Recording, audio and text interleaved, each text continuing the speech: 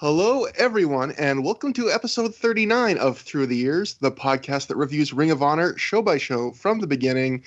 I'm here. I'm Trevor Gagne. I'm half of the party, but as always, bringing up the rear with the chips and the dip, it's Matt Feuerstein. Matt, what kind of chip would you bring to a party? Boy, if you know anybody who knows me, and I'm going to tell Albert Ching to listen to this podcast. Boy, do I love dip. It's one of my favorite things. Salsa's a classic. I really like salsa. But, you can't go wrong with a good 7-layered dip either. You ever have one of those? I've only gone up to 5. I can't take 7. All right, the Taco Bell has a 7-layer burrito. I have not had one of those in many, many years, but it has all the layers that you could want. So many layers. So, here's a crazy fact, Matt. I have had Taco Bell, I think, twice in my life. Yeah, I mean, I had it a decent amount when I was in college, but maybe once since then. And for anyone who's wondering, I graduated college 14 plus years ago. I'm very sad, very old. Joe Gagne, how sad are you, and how often have you been to Taco Bell? I just had my 20th college reunion, so much, much sadder. And I actually went into a Taco Bell during WrestleMania weekend because there was one nearby, a collection of shows I was attending, and everything looked terrible. I just got a soda. So yes, Taco Bell is famous for their soda. It was a good soda. Well, they actually do have the Baja Blast Mountain Dew. So you were accidental. If you were trying to be snide, Matt, but wow, you were accidentally correct. Wow, what do I know? Just a big old... You don't know about Baja Blast. Big old man. But you do know about Ring of Honor, which thank God, because we're a Ring of Honor podcast. And yes, in case my incredible long-winded introduction did not let you know, Joe Gagne, the Boston correspondent, is here, of 5-star match game fame, of Joe versus the World fame, of Joe Gagne Fun Time Arcade fame. So, as always, Joe, great to have you here to cover Ring of Honor. Oh, thank you. And I'm debating whether I should tell Trevor I don't subscribe to his Patreon. I don't want that to. I'm sure he knows customers, but I want to get that out in the open. I feel bad about it, but but Joe, if it makes you feel any better, I absolutely do not either. That's probably even more awkward.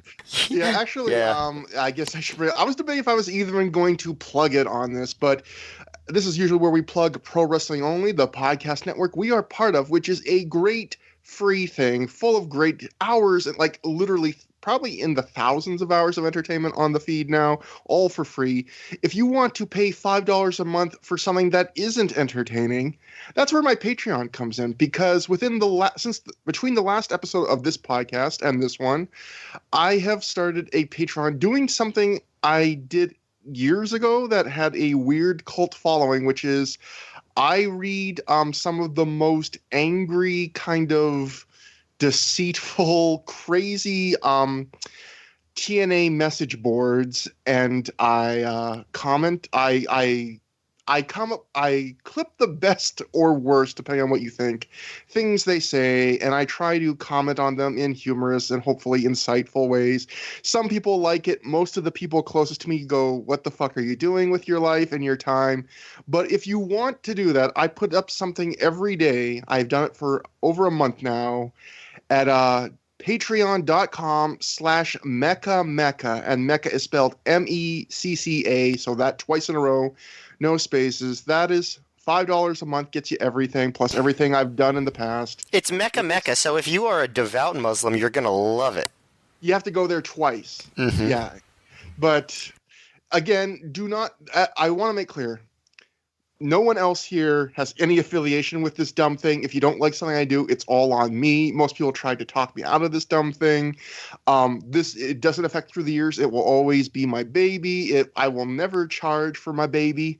And don't feel like you have to subscribe to it just because you like this show. Only if you want to do... Only if you feel like that would possibly be worth your time do you even have to show a bare interest in it. But I have to say the one thing that's like that I really like was surprised by when I first heard that you were doing this was just there are still TNA message boards. Oh yeah, there's multiple ones, and we're not in the heyday of TNA Mecca, but we are definitely still, a lot of those same posters are still around and still saying really horrible things, and I'm still talking about them. The circle just continues. The difference is now it helps me pay my internet bill. So it's a symbiotic relationship. But now that that's out of the way, I think we can get into the meat of what I've actually been really missing. This has been a little bit longer than usual between episodes. Matt took a bit of a vacation. I moved, which held up things. So I'm just actually really looking forward to getting back into doing this. So before we get to today's Ring of Honor show, let's cover a bit of the news that happened between the shows. I got a few little things from the Ring of Honor Newswire, and the first one was on May 1st. They wrote, Jimmy Rave will not be on the May 15th show now. Rave might be one of the guys in danger of losing his spot with the influx of new talent. So I'm just bringing this up because Ring of Honor, this was one of the angles they were actually building up through their website, the idea of, Jimmy Rave is kind of, he's not impressing, he's not getting over, and he's done in the company. And then, of course, he'd be relaunched as the leader of the embassy. Matt, I don't think you were following Ring of Honor super heavy at the time, but I kind of took this, I think seriously at the time. Yeah, I guess Jimmy Rave maybe is on his way out of Ring of Honor. It seems like Dave did too. It seems like Gabe was working Dave on this because he didn't want to spoil the big Jimmy Rave surprise that he had coming up. And I joke about that, but clearly it ended up being a very successful thing. So maybe it was good that they hit it. I don't know, but I guess it probably. We'll find out. It probably wasn't that successful immediately, but I guess we'll see. Yeah. The power of toilet paper is what saved Jimmy Rave's career. I think he got over before that, because it was the Punk feud, really, I think, that did it. Yeah, I'm actually really looking forward to revisiting that, because those are really beloved by the people. I mean, they're not like the things that the easy match that everyone refers to, but the people that remember those matches really love that feud. Yes. Then in May 2nd's Ring of Honor Newswire, they wrote, in a surprising move, Jay and Mark Briscoe have fired Jim Cornette as their manager since they lost the tag titles in Chicago. Cornette has sent word to the Ring of Honor offices that while he is busy with OVW's summer schedule, as well as personal commitments, he will not forget this, and we will see him back when we least expect it.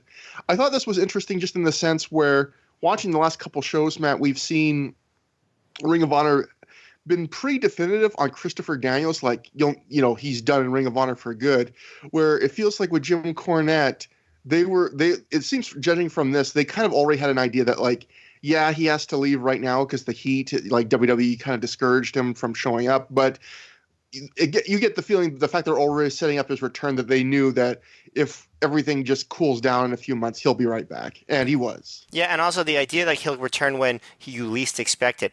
Wouldn't it be surprising if he returned now to Ring of Honor and feuded with the Briscoes? It's only been 15 and a half years. Honestly, he's the most vital he's been as a commentator in 30 years at this point in his, or 20 at least. Yeah, honestly, they could probably do worse buzz-wise than to bring him back right now. I mean, I don't know if I would tune in every week, but I would definitely give me a what the F, I'm going to watch this the first week out of curiosity moment. Yeah. Oh, I've seen him a lot in MLW, and he's putting guys over who he just hates. Guys he doesn't like, and he's very good at it, so.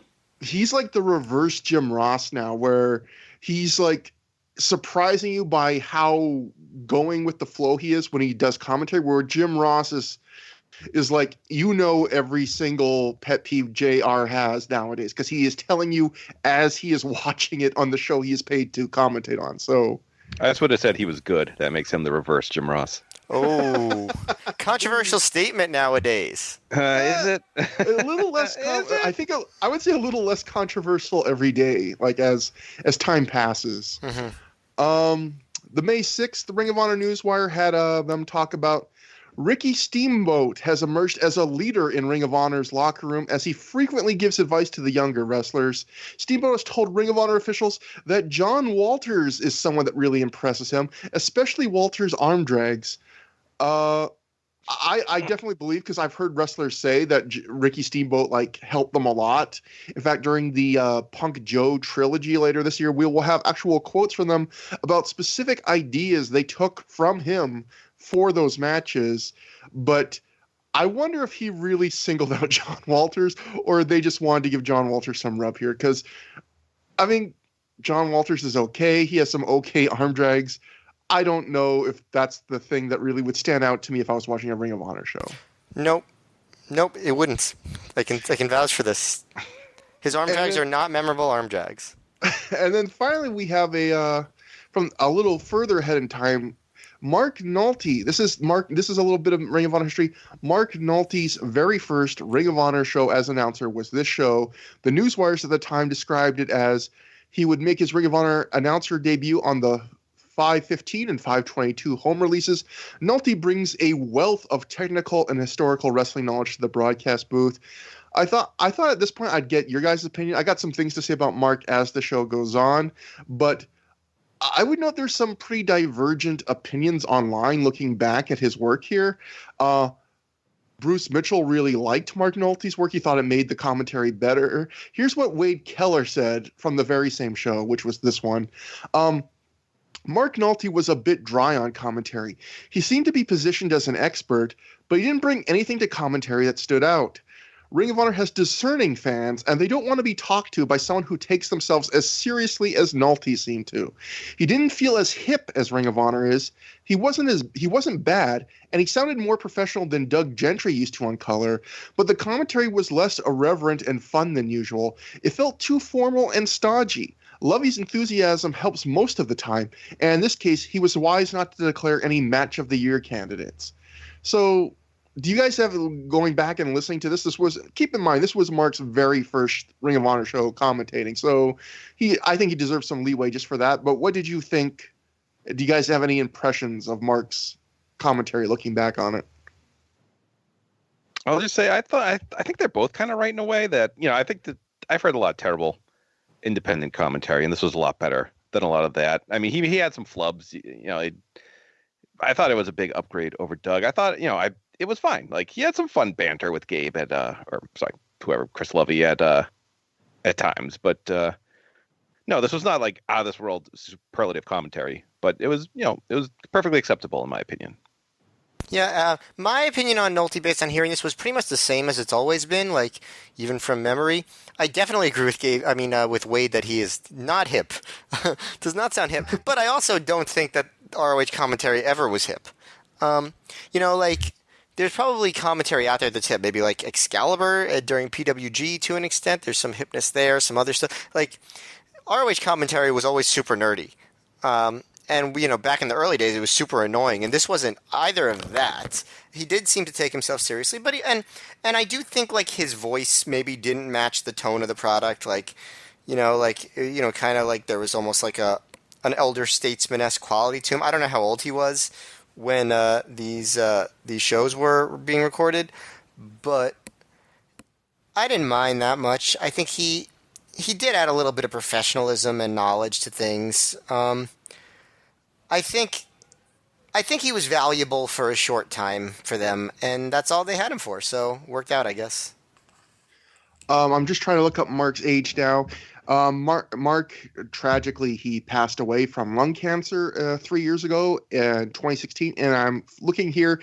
It appears in 2016 when he passed away, he was 55 only. So he's like 44, I guess. Yeah, when he's early to mid 40s. Yeah. So I mean, he definitely comes across as being like older than that.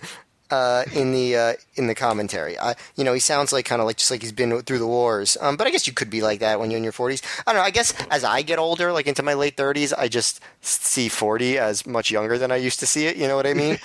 Right. So I was thinking that today too. Like the older I get, the more important every year feels. Right. Well, as I was saying earlier to you, the one way to make myself feel young is to watch like Arn Anderson videos from when he was my age or younger, where he seems like he's 20 years older than I am. So like that always makes me feel young. See, it's going to go in reverse though when you start comparing yourself to like 50-year-old Arn Anderson, who still looks like 20-year-old Arn Anderson. Like it works both ways with Arn. Right. Arn Anderson. Yeah. He's like what, like almost about like 60, 61 now, right? Around there. I think his birthday was yesterday. Happy birthday, Arn Anderson. Yes. Hope you have a good time shampooing a moose or something.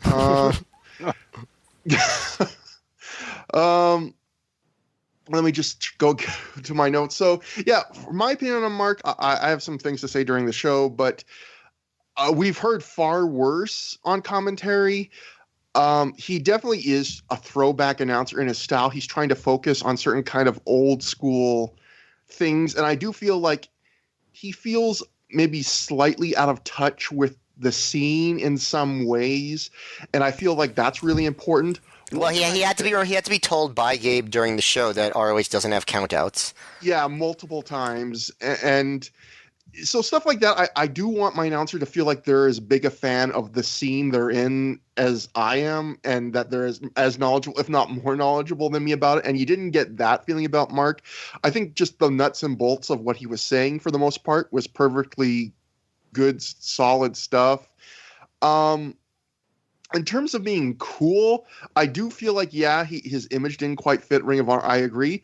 But I don't, like, on the list of things I want from my commentators in wrestling, like, I don't need them to be cool. Like, that's very low on the list. No, like, but you know, like CM Punk, like, did have an air of, like, coolness to him, I suppose, when he was on commentary. His, like, references and stuff. Like, I'm just thinking my class, like, I wouldn't consider Jim Ross cool. I wouldn't consider, Gorilla Monsoon from my childhood cool. And that didn't, like, when I was a kid growing up, it was an old fat bald man, Gorilla Monsoon, calling the event a happening every 30 seconds. And that wasn't cool. And I still thought the show was great. And I still loved Gorilla Monsoon when I was a little kid. So yeah, Gorilla Monsoon mostly just like, I mean, I loved him too. He was like a wrestling dad. Someone should make a drop board using his quotes, but oh, that messes up your audio. I almost lost shows because of that. By the way, Gordon Soley, the Miles Davis of wrestling commentary. I think we can all agree. Yes, I can agree with that. But Gorilla Monsoon, like, was mostly just like vaguely racist comments. But I mean, vaguely. So it really was fair like my enough. dad then. Yes. I shouldn't be laughing at that. That's okay. So yeah, that brings us to the show we're going to cover today, which is the Round Robin Challenge 3. It took place May 15th, 2004 at the National Guard Armory in Lexington, Massachusetts, in front of a reported crowd of 500 fans. We'll go to the Pro Wrestling Torch for some little bit of news on why it took place there, because the Torch wrote earlier in the month, due to the mobilization of the unit at the National Guard Armory in Braintree, the United States National Guard has been forced to move the May 15th Ring of Honor show to the National Guard Armory in Lexington, Massachusetts. All tickets for the Braintree show will be honored in Lexington. The building move only affects the 15th show. Joe, did you remember anything? Did you attend the show? And if so, did you remember anything about having to move to the National Guard Armory? That's the other thing about this show, too, is multiple comments from live reports saying that the heat and humidity in this building was, according to Mike Johnson, insanely stifling, unquote. Do you remember any of this? Yes, and you can tell you can see the sweat flying off the wrestlers throughout the show, even though it was only, it was only May. I just remember the show, the next one in Braintree in August that one was just like that. I remember that as one of the hottest wrestling shows I've ever been, meaning temperature wise. It was just like, I was just so used to ROH events taking place in a different town every time. This didn't really faze me at all. And I believe this one was scheduled to be a doubleheader with Steve Corino's World One Wrestling, which got canceled. I'm guessing because of the controversy at the time, which you've gone into in such elaborate detail. But that show never ended up taking place. I don't know if they ever ran another show, to be honest, but that was what I remember most about Lexington. Besides it being hot, I also remember the men's room was right next to the locker room. So, when you're in line, you can hear wrestlers talking about their matches and whatnot. I remember DeVito just coming out in a towel at one point and just like, I don't know, talking on his phone or something. So these are my memories I will never be rid of. Yum. Wait, what did I say? Did I say that out loud? But no, it's gross, but we love him anyway, as the sign would say later on. Yeah, I was gonna say I was gonna feel bad for body shaming DeVito, but judging by his reaction later, he would get a big kick out of it, I think. Next, and the next show also gets messed up because of National Guard mobilization. It's funny because the ROH lost a lot of some buildings over the scandal that was going on during this whole time, but the National Guard, they were all about it. Instead of Gen X, they should have been the National Guard and say they were responsible for all these building movements. And there was a few firsts on this show too, like Bobby Cruise. This was his first show as Ring of Honor's official ring announcer. Although I don't know if it was technically like a regular thing at this point. Obviously, he had made his debut earlier as Steve Corino's personal ring announcer for his gimmicks of the long intros. But Mike Johnson reported for this show that Bobby Cruise worked as ring announcer as regular Ring of Honor announcer Steven DeAngelis missed the show due to a family commitment. Yeah, so, DeAngelis would be around for a while longer, but it's still an historic moment that it's the first show that he ring announces and he's still doing it. Yeah, and obviously he was on their mind as a guy who, when for whatever reason they changed, he was the go-to guy. And yeah, like you said, he's been there forever since. Speaking of which, this is also the first, I think, maybe I'm wrong, I think it might be the first show that Todd Sinclair referees the main event. I'm not sure about that. I don't know, honestly. Like, my memory for those kind of details is horrible. You're probably right. I'm going to go back and look, but I think it was the first one that I noticed anyway.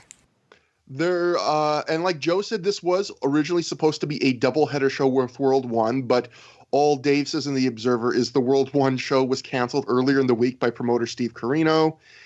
This also, because of all the fallout from all the card shakeups from the TNA talent being pulled, what we're about to review was not the original card. I don't know every match that was changed, but I do know from Ring of Honor website announcements at the time, we were originally supposed to see Amazing Red versus Mark Briscoe, and we were also originally supposed to see, I'll just read this direct from the Ring of Honor website, in a shocking development, the Second City Saints of CM Punk and Colt Cabana have come to terms with Ring of Honor World Champion Samoa Joe to form a team on May 15th in Braintree, Massachusetts. This now gives Ring of Honor the most loaded main event ever, as the prophecy of Christopher Daniels, Dan Moff, and BJ Whitmer with Allison Danger will take on Ring of Honor World Champion Samoa Joe and the Second City Saints of Punk and Cabana with Tracy Brooks. The legendary Ricky the Dragon Steamboat returns to Boston and will be guest referee. So, yeah, it's funny that was sold as the most loaded main event in Ring of Honor history. Joe, do you remember anything else that was changed on the card? Or, I mean, that's a lot to ask. This is 15 years ago, but... Yeah, no, I don't. As far as I knew, this card we saw was what was presented to begin with, so... No, originally it was supposed to be another. Basically, I guess they thought that Battle Lines Are Drawn did really well, so this was going to be their version, their way of upping the ante with a rematch. You throw Joe in there, but we did not get that. Sean Radican was there live. This is the final note before we get to the show.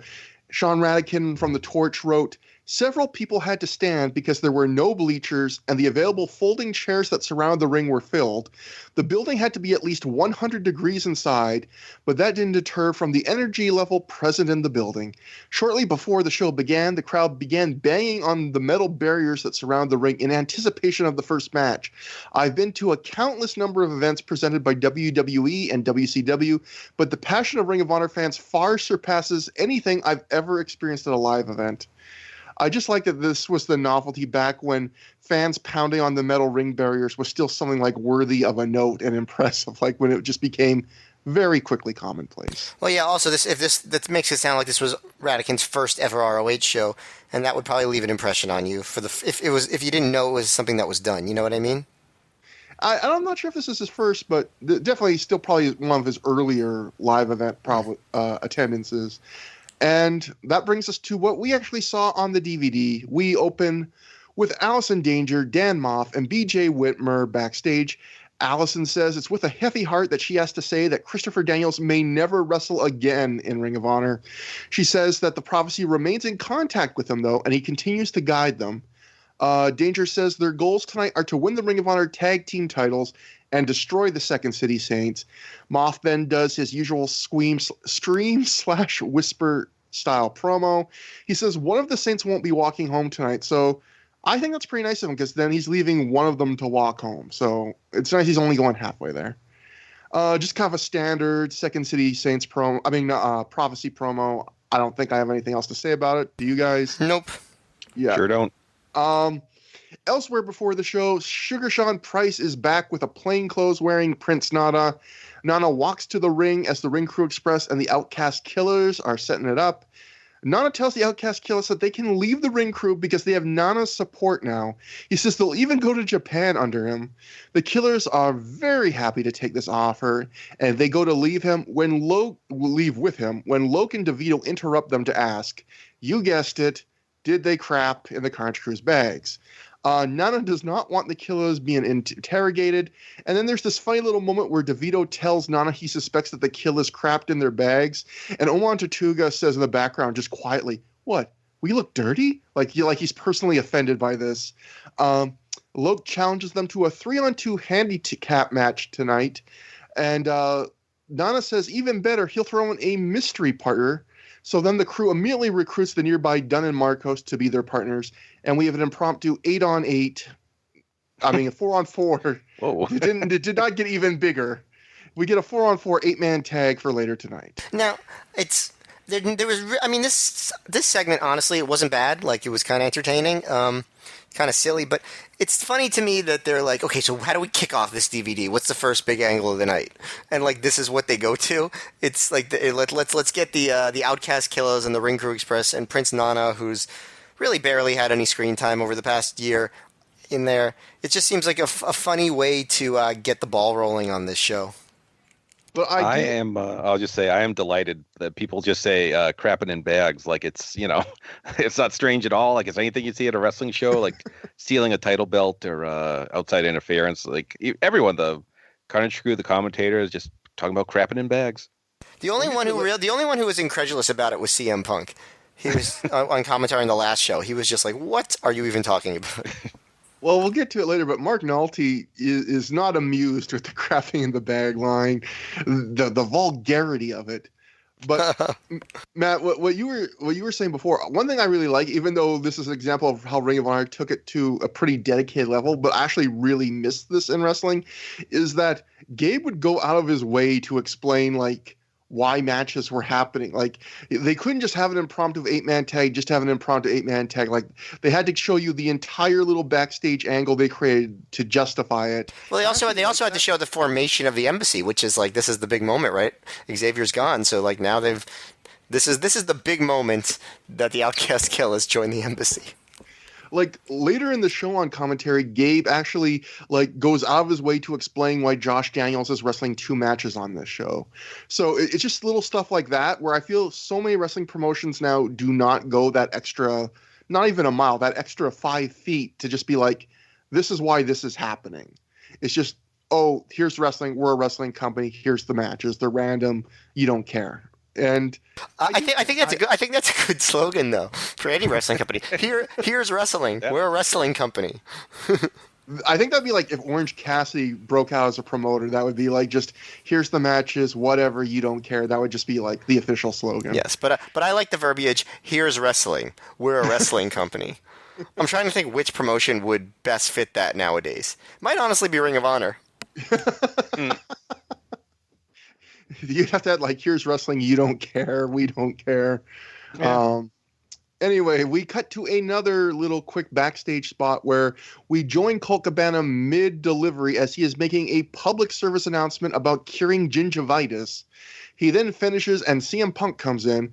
Colt's wearing a old Paul London Ring of Honor t-shirt, by the way, which I just, for some reason, really amused me. Punk is mad that Colt is still focusing on the goofy stuff, so this is every Second City Saints promo. And in maybe the most shocking twist in Ring of Honor history, Gabe says, and I quote, "We're still rolling, guys," from behind the camera. Yes, after like 100 promos where they did the old, the camera is still rolling, but no one's aware of it gimmick, the cameraman actually says, "Guys, just be aware, we're still rolling." This is a huge Ring of Honor truly is reborn just for that fact alone. Maybe he meant that he was still on like drugs. You're trying to take away my joy, Matt. No, I'm just trying to add different kinds of joy to it. Punk then cuts a promo. He talks about winning the Ring of Honor tag titles. He says Ring of Honor management doesn't see them as a marketable tag team. And then Punk talks about how his persona doesn't sell a lot of t-shirts, which in hindsight, like considering that years later, Punk would be like, yeah, I'm the first guy to John Cena in merchandise in WWE, and he had like some incredibly popular. I mean, that white CM Punk T-shirt right after he did the big Money in the Bank angle. I remember that being like probably one of the most popular T-shirts in wrestling of the last 5-10 years. Well, definitely not the last 5 years. Oh yeah. Jeez, my sense of time all off. But probably, anyway, but probably the last like 15. I think probably.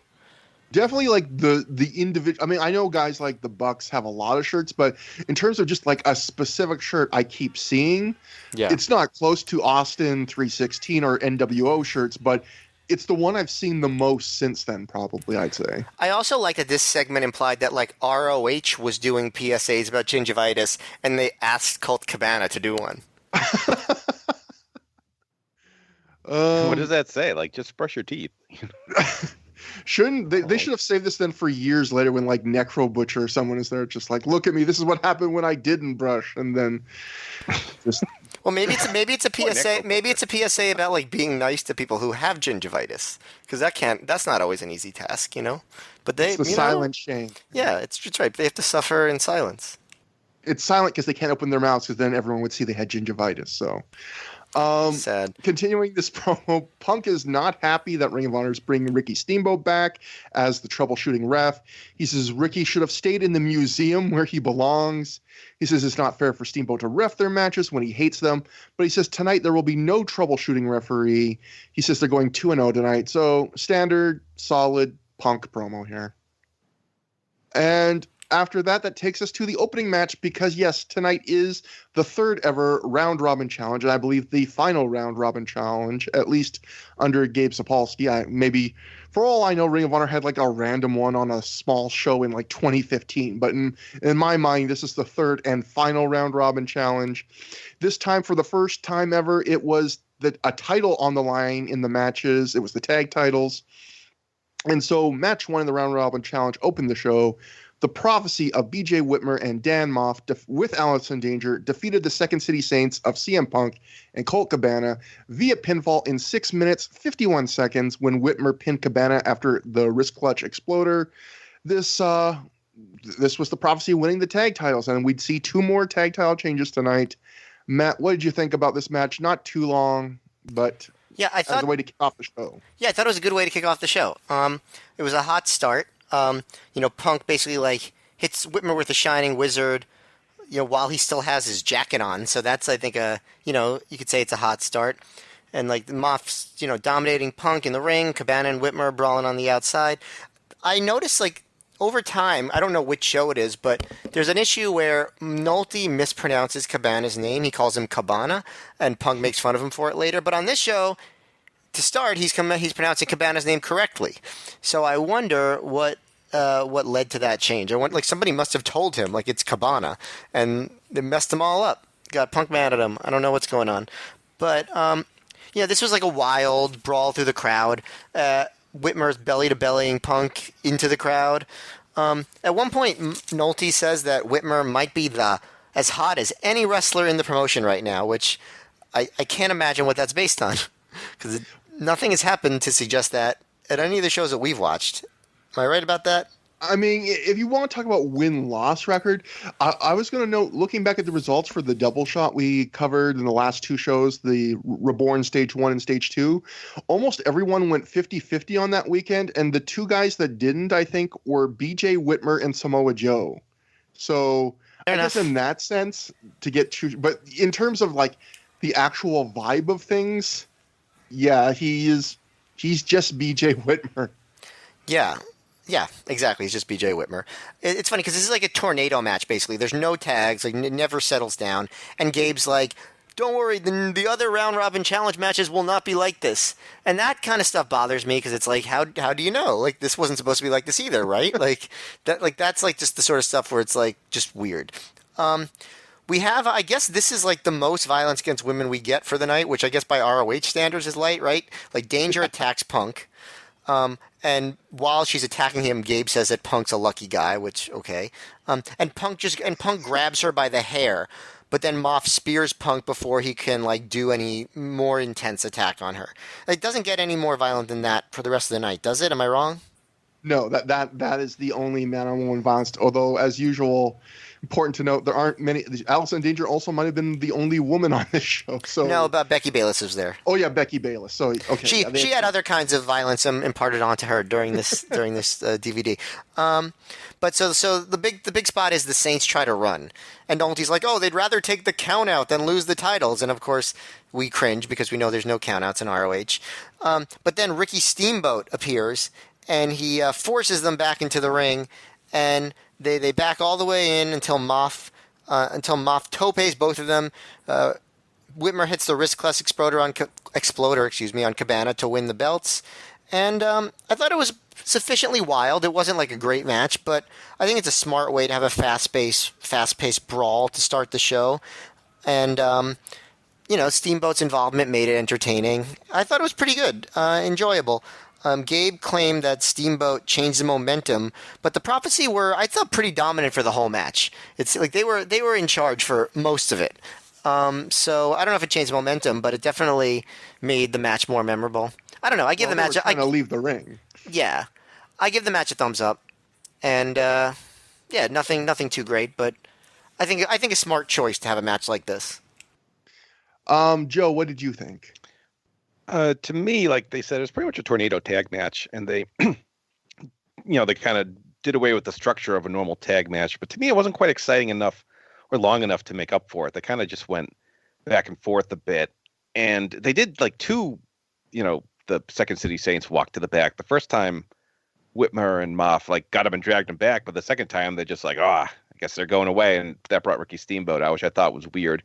There was a lot of action, but just kind of a little too short. And when I remember live at the time, that first title change, it's like, oh, they're just going to change the belts 3 times, and we'll end up back where we started, which is what happened. I think it would have made more sense if they said, whichever team wins the round robin challenge becomes the champions, and if it's a tie, the Second City Saints keep the belts. And they could have done the same format throughout the night. I think that would have made a bit more sense than kind of 3 random title changes, which I guess they did because so much of the card got changed around.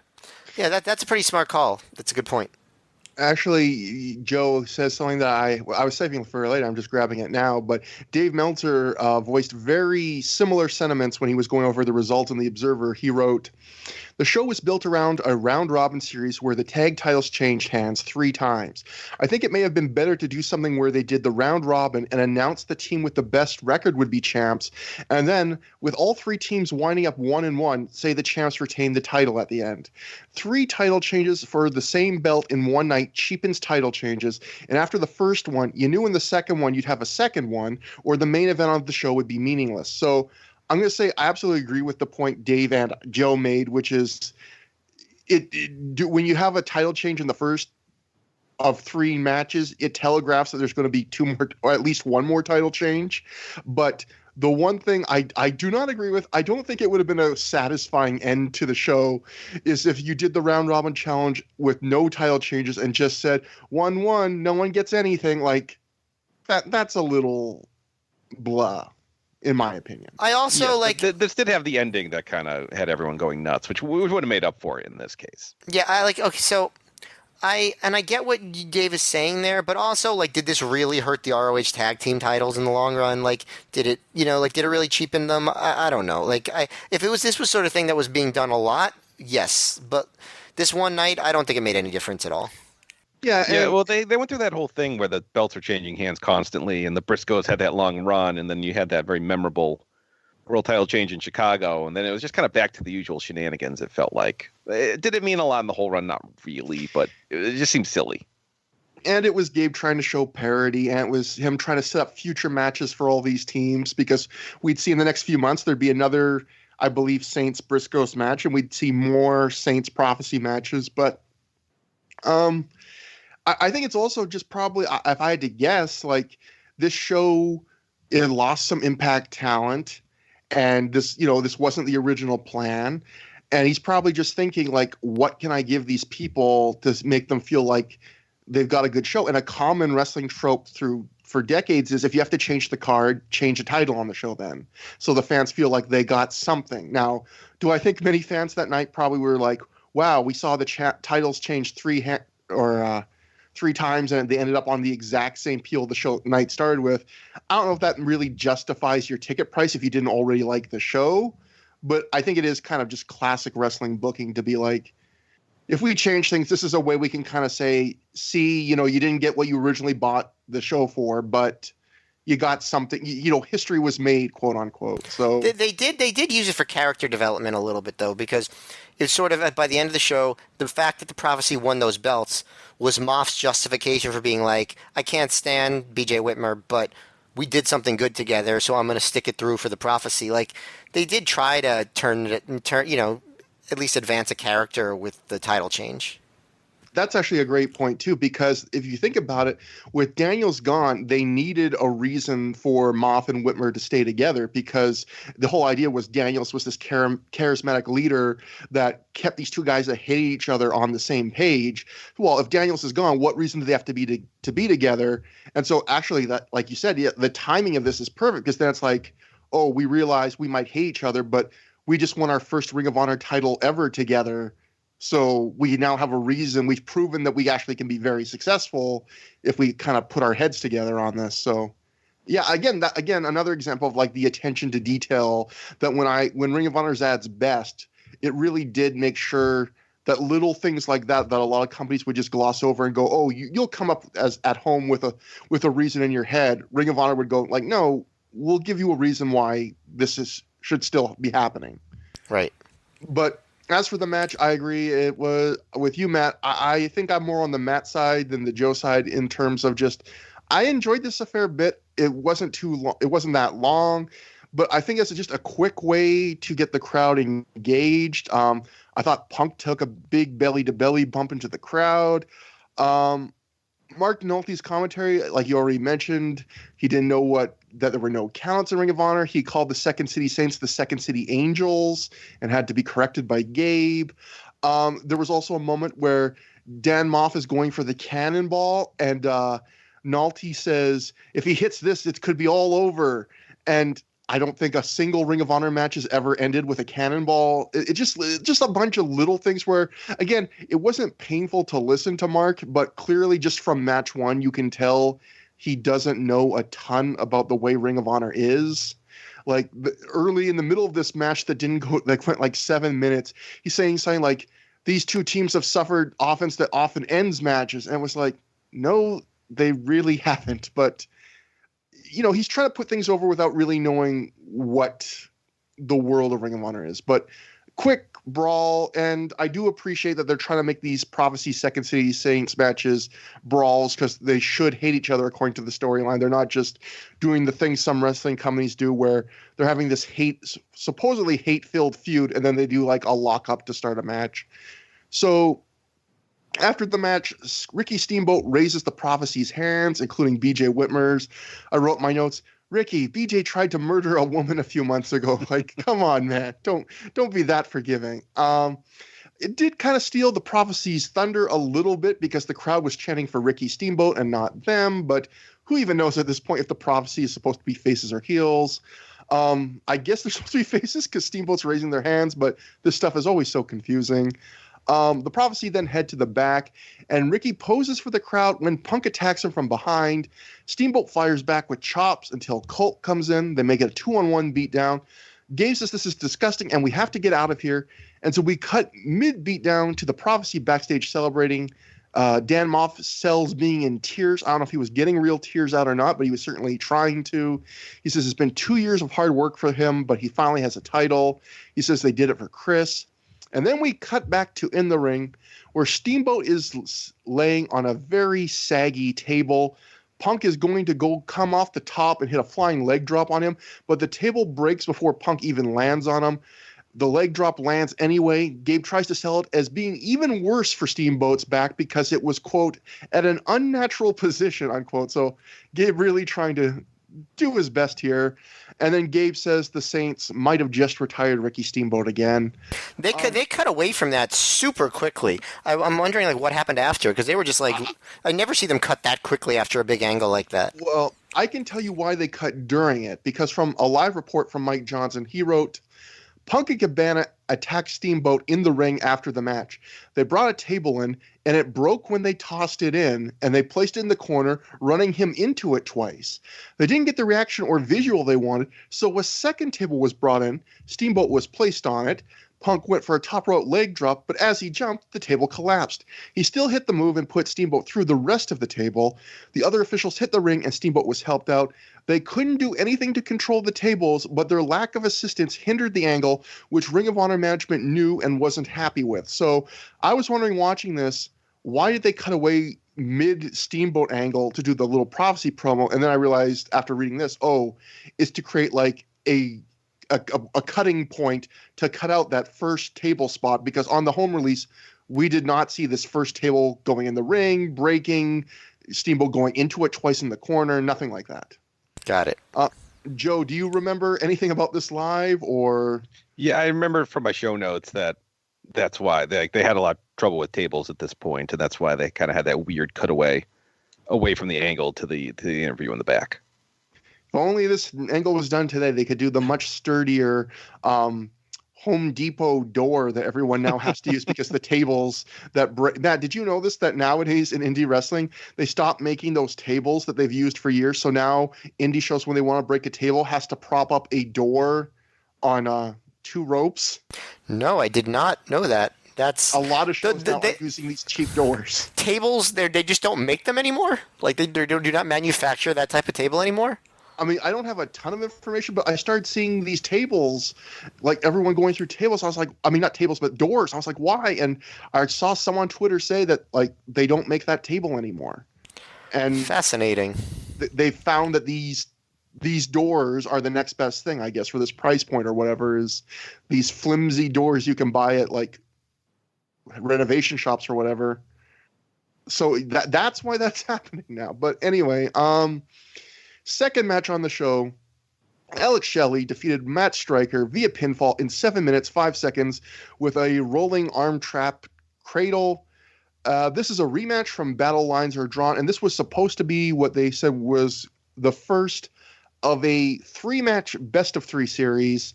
Matt, with Alex Shelley's big thing being, he says he's going to beat Striker in 2 straight, and he's not even going to need a third. And one thing I thought, this is a real big sign, I think, of how quickly Matt Striker's push has been shut off, is he's supposed to be the face, I guess, on paper, because Shelley's acting like a heel. And the story Gabe Gibbs on commentary is, Shelley said the first match, he only lost that because that was the very first 3 rope break rule in Ring of Honor history. And if it was a regular match, it'd be a straight up win for him. And normally when you do that thing where the heel loses a match and goes, it's only because of a gimmick, it's supposed to be like, oh, the heel's just using that as an excuse and he's going to lose the second one. And it's like, nope, guess he was right about that gimmick because he wins clean here in 7 minutes. But Joe, what did you think about this as a match? Again, second shorter match to start the show. But what'd you think about this?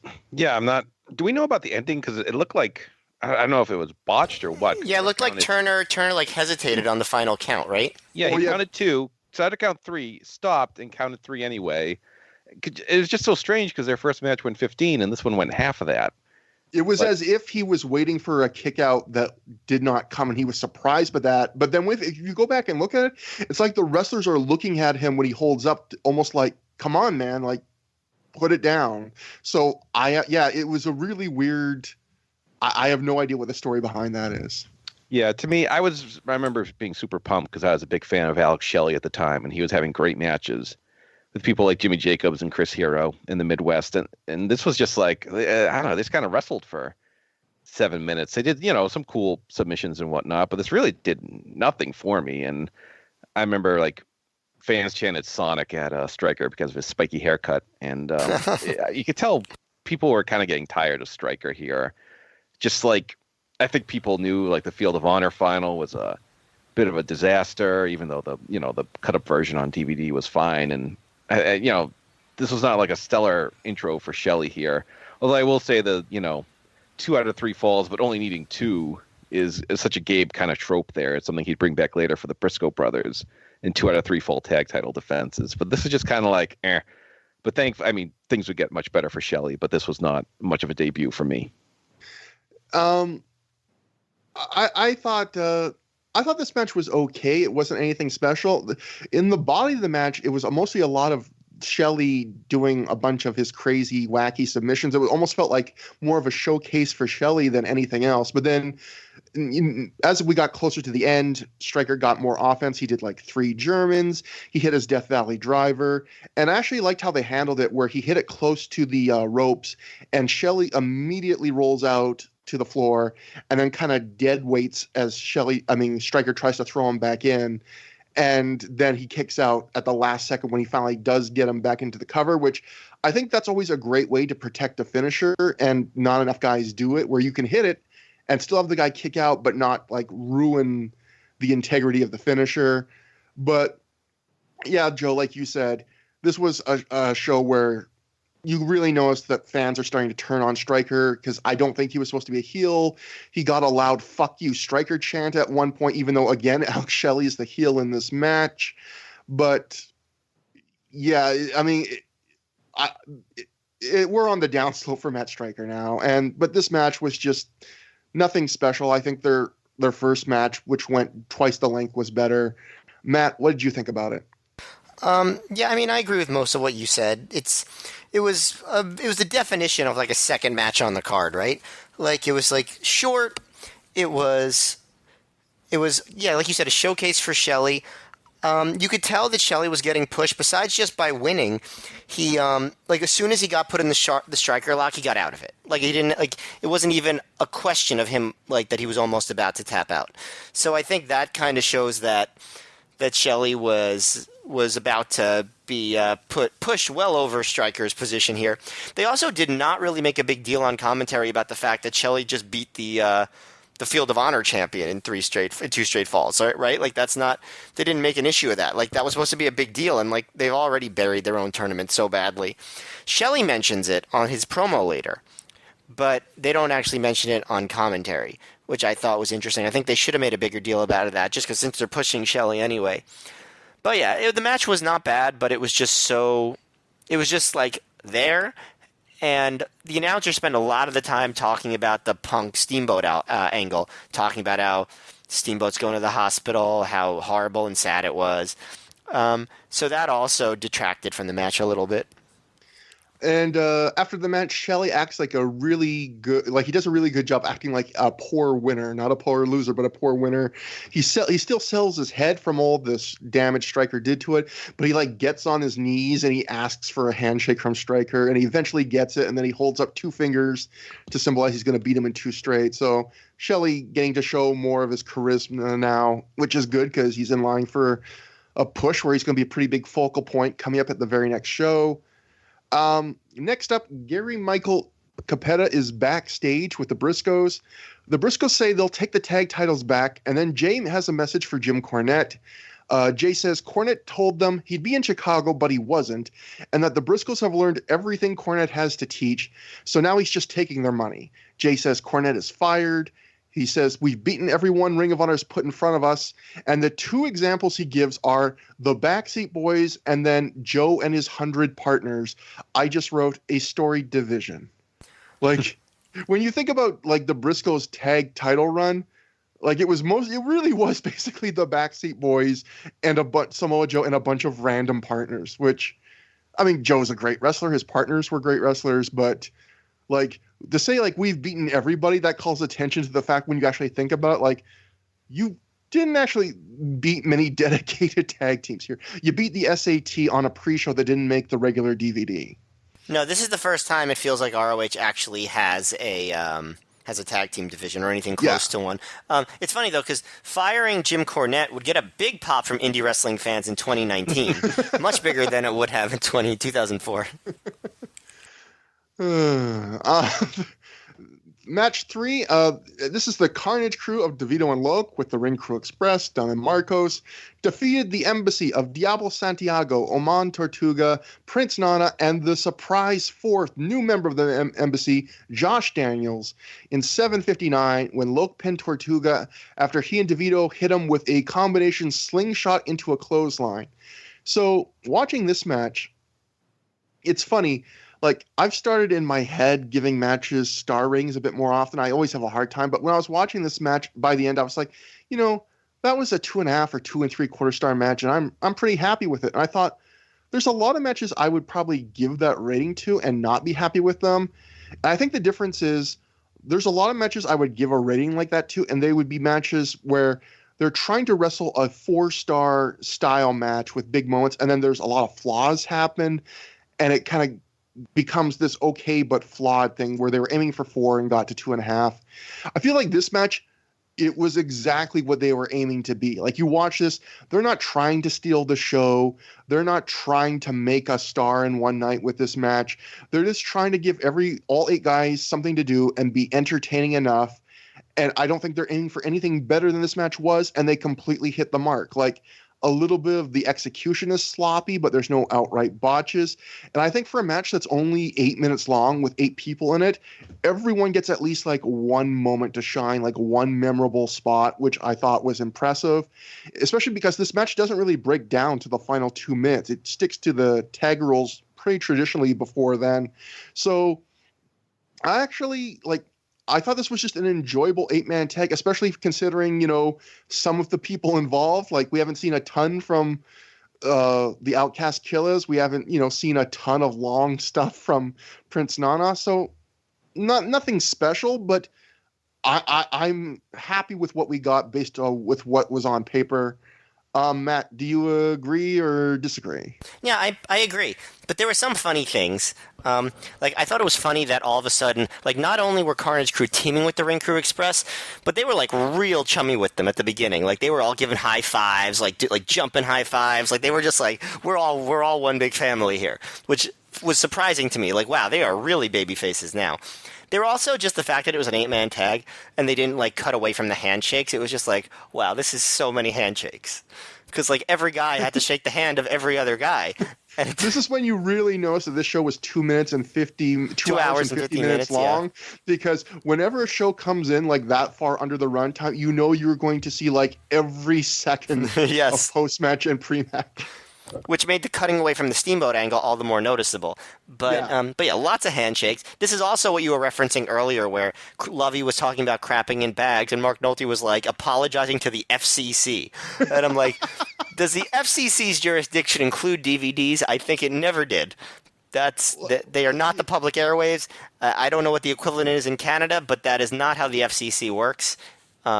Even during the Bush administration. So. Yeah. Otherwise, but there was fun stuff here. DeVito's lately been taking to doing devilish cross faces, and today his victim was Oman Tortuga.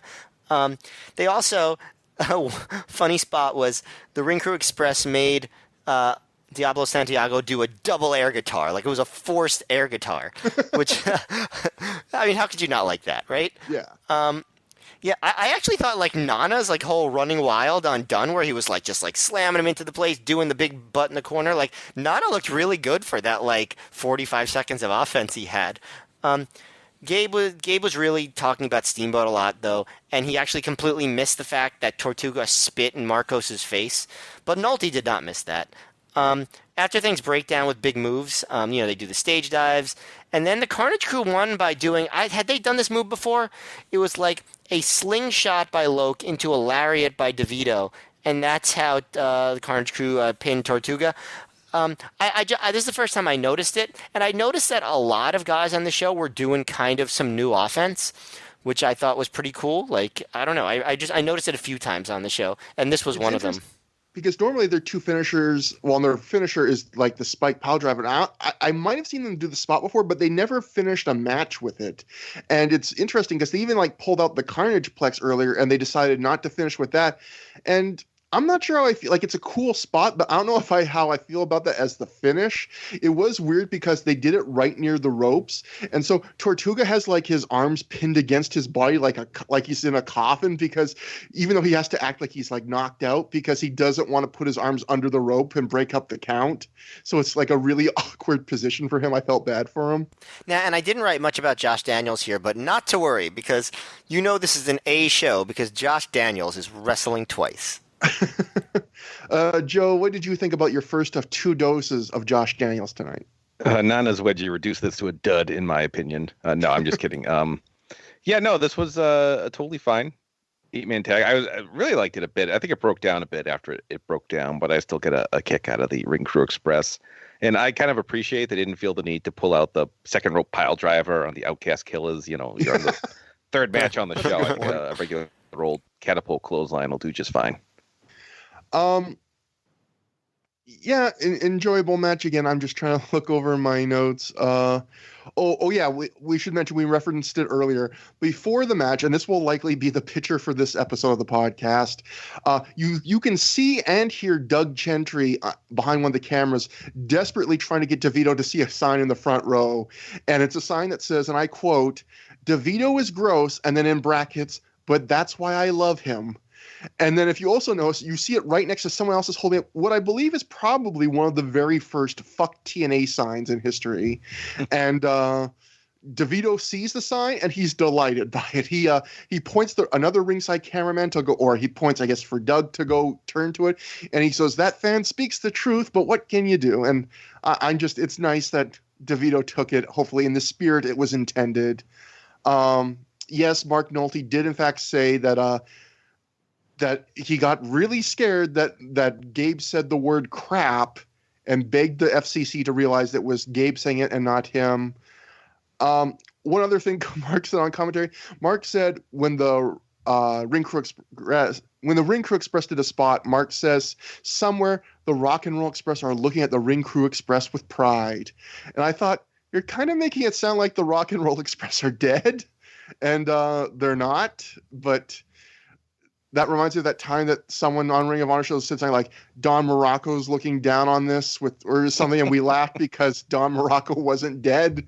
Like he's a lot of people, and he's still not dead, right? Am I wrong? Did he die? He didn't die, right? No, I don't think so. And in the case of the Ring Crew Express, they are still wrestling. They're going to wrestle in New Japan Pro Wrestling. The Rock and Roll Express, you mean? Because the Ring Crew Express, as far as I know, does not wrestle.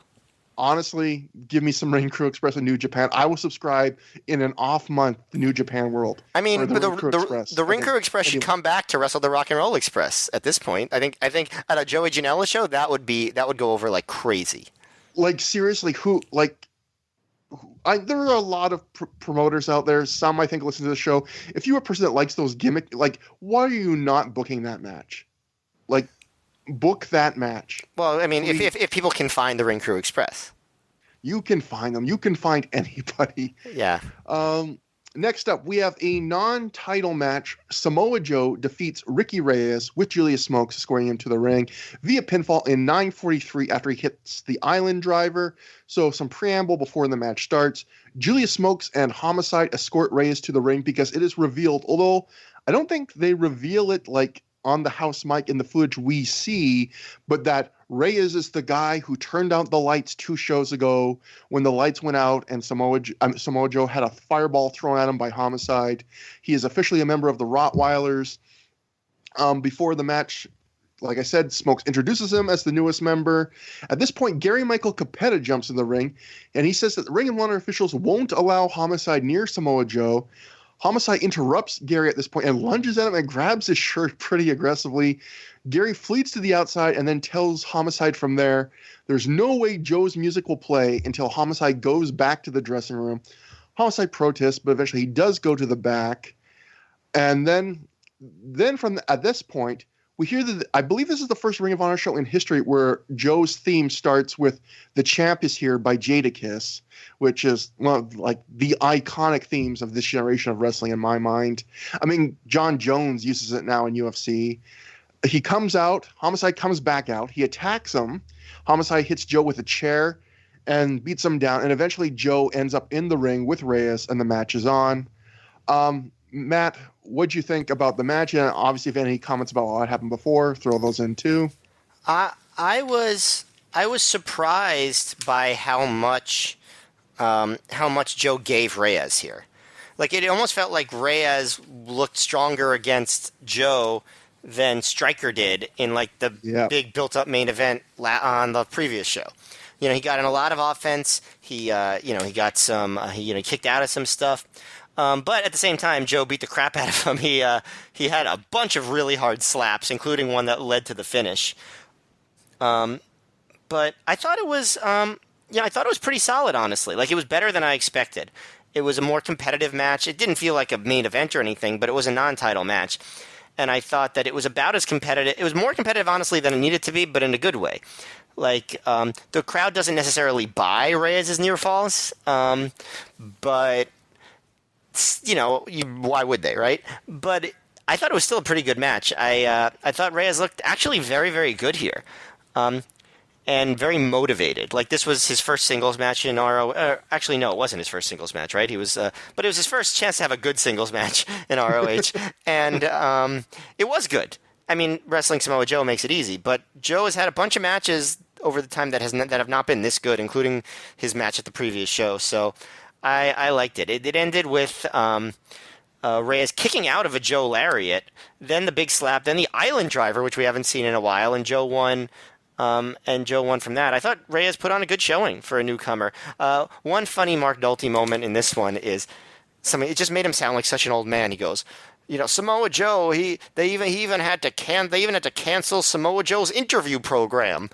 And I was like, Samoa Joe's ring. And it just made me feel like my grandmother, like saying she had to like watch her stories or something. But no, I thought it was good. Like, I thought this was a legitimately good match. I agree. I thought this was a flat-out good match.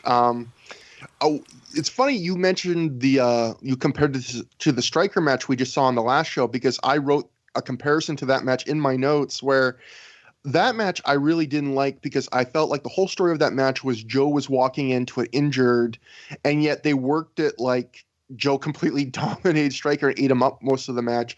I felt like this is the way I wanted that match to be worked, because for the first few minutes, Joe is already hurt from the beatdown from Reyes, from Homicide, and Reyes is just dominating, and he's really kind of just grinding him on the ground, and you can see Joe make these little tiny comebacks, but then get cut off. And Joe does a really great job of selling, like, it's almost like he's kind of out of it from the beatdown, but he's slowly waking up over those 3 minutes, and he's getting more and more angry. And then when he fires up, he just basically almost has like his own hot tag sequence and just kicks Reyes' ass and dominates for a while and looks like the biggest badass in the world. And then the final few minutes, they go to more of the standard back and forth indie thing where, we want to make this exciting. So the final few minutes, bigger offense, and everyone's just your turn, my turn. But I actually liked that there was two kind of distinct control periods, and both of them made sense. Like, they worked it the way you should, which is Joe's at a disadvantage because he's hurt going in, but then he's the better man. So once he gets an advantage, he's going to really start to take over. And yeah, if you like stiffness, this is the match for you. Some really stiff shots, including that slap, which I believe got like a standing ovation because it was so loud. That might be the loudest slap I've ever heard in wrestling history. There's a slap Joe gives to Reyes' face. You see the sweat fly. I don't know if I've ever heard a slap that loud. And it's just insanely nuts loud. And yeah, Joe just kicks his ass. And yeah, it's not a classic, but it's the best match of the show so far. I really enjoyed it. Reyes got to look good, especially in those final minutes where they're trading stuff. Joe, how loud was that slap in the building? Oh man, that's, to me, was the best part of the match. They were in kind of an odd position because Reyes is getting put in the new hot heel stable. He's going to win the tag titles relatively quickly, so he wanted to protect him. So they gave him a lot. I don't know if I bought him getting that much offense on Joe, even with Joe being beaten down, but Joe beating the absolute crap out of him made up for it. And this was a good, solid little match. Yeah, it was such a hard slap. There was a "you got bitch" slap chant in the crowd. Joe looks at his hands a couple times in the match like he's a serial killer and he can't believe what his hands are doing to Reyes. It's just great stuff. But Mike Johnson, I thought, had some interesting comments about this one from his live report. He wrote, Joe looked to be slowed considerably, possibly from his match the night before with Low Ki at USA Pro. They beat the crap out of each other, with Joe striking with a slap so hard the entire building winced. The crowd didn't seem to know who Reyes was, which makes sense since he's never worked in the Boston market. So, yeah, I didn't realize going in they actually had So, do they have Boston market in Canada? I know what Boston market is, but yeah, I've never. Okay. Reyes has never served up that great prime rib before for anybody. So these fans were understandably miffed about that, but big fans of that fast convenience food. I also, just looking at my notes, the Observer said the reports they got said this was one of the stiffest matches in Ring of Honor history, and I would say it's up there. It's certainly up there with stuff like Joe versus Ki. And my other note I wrote was Wade Keller gave this match 1 3/4 stars only. Which, I don't quibble with people's, think what you want to think. I think if you think this is one of the worst matches on the show, or only a 1 3/4, I'm sorry. That's a little bit low. Like, to say this isn't even average, like, stiff as hell, some exciting moves, a solid story being told. Good match, in my opinion.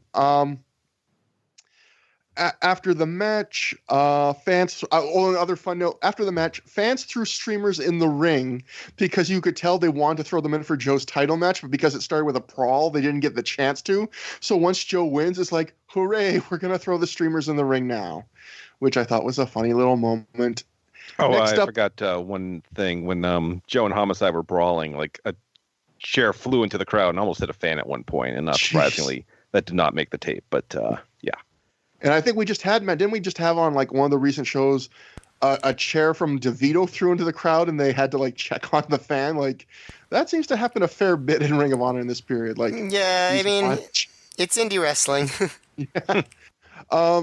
Next up, Bobby Cruz is in the ring telling the fans about upcoming Ring of Honor dates. When Punk and Cabana come back out to interrupt, Punk actually gets a shut the fuck up chant, so he managed to turn the crowd pretty good with the Steamboat stuff. Colt says that the fans are retarded. Punk and Cabana say Colt's shoulders were up when he got pinned earlier in the night. Punk blames Steamboat for losing the titles, and he challenges Steamboat to come to the ring and face him right now. But then he's like, oh, I just remembered. Steamboat went to the hospital. And he says Steamboat is just like the Boston fans. He doesn't have any nuts. Punk says if the Briscoes beat the Prophecy tonight, they're taking the belts back from the Briscoes. Cue the Briscoes entrance for the next match.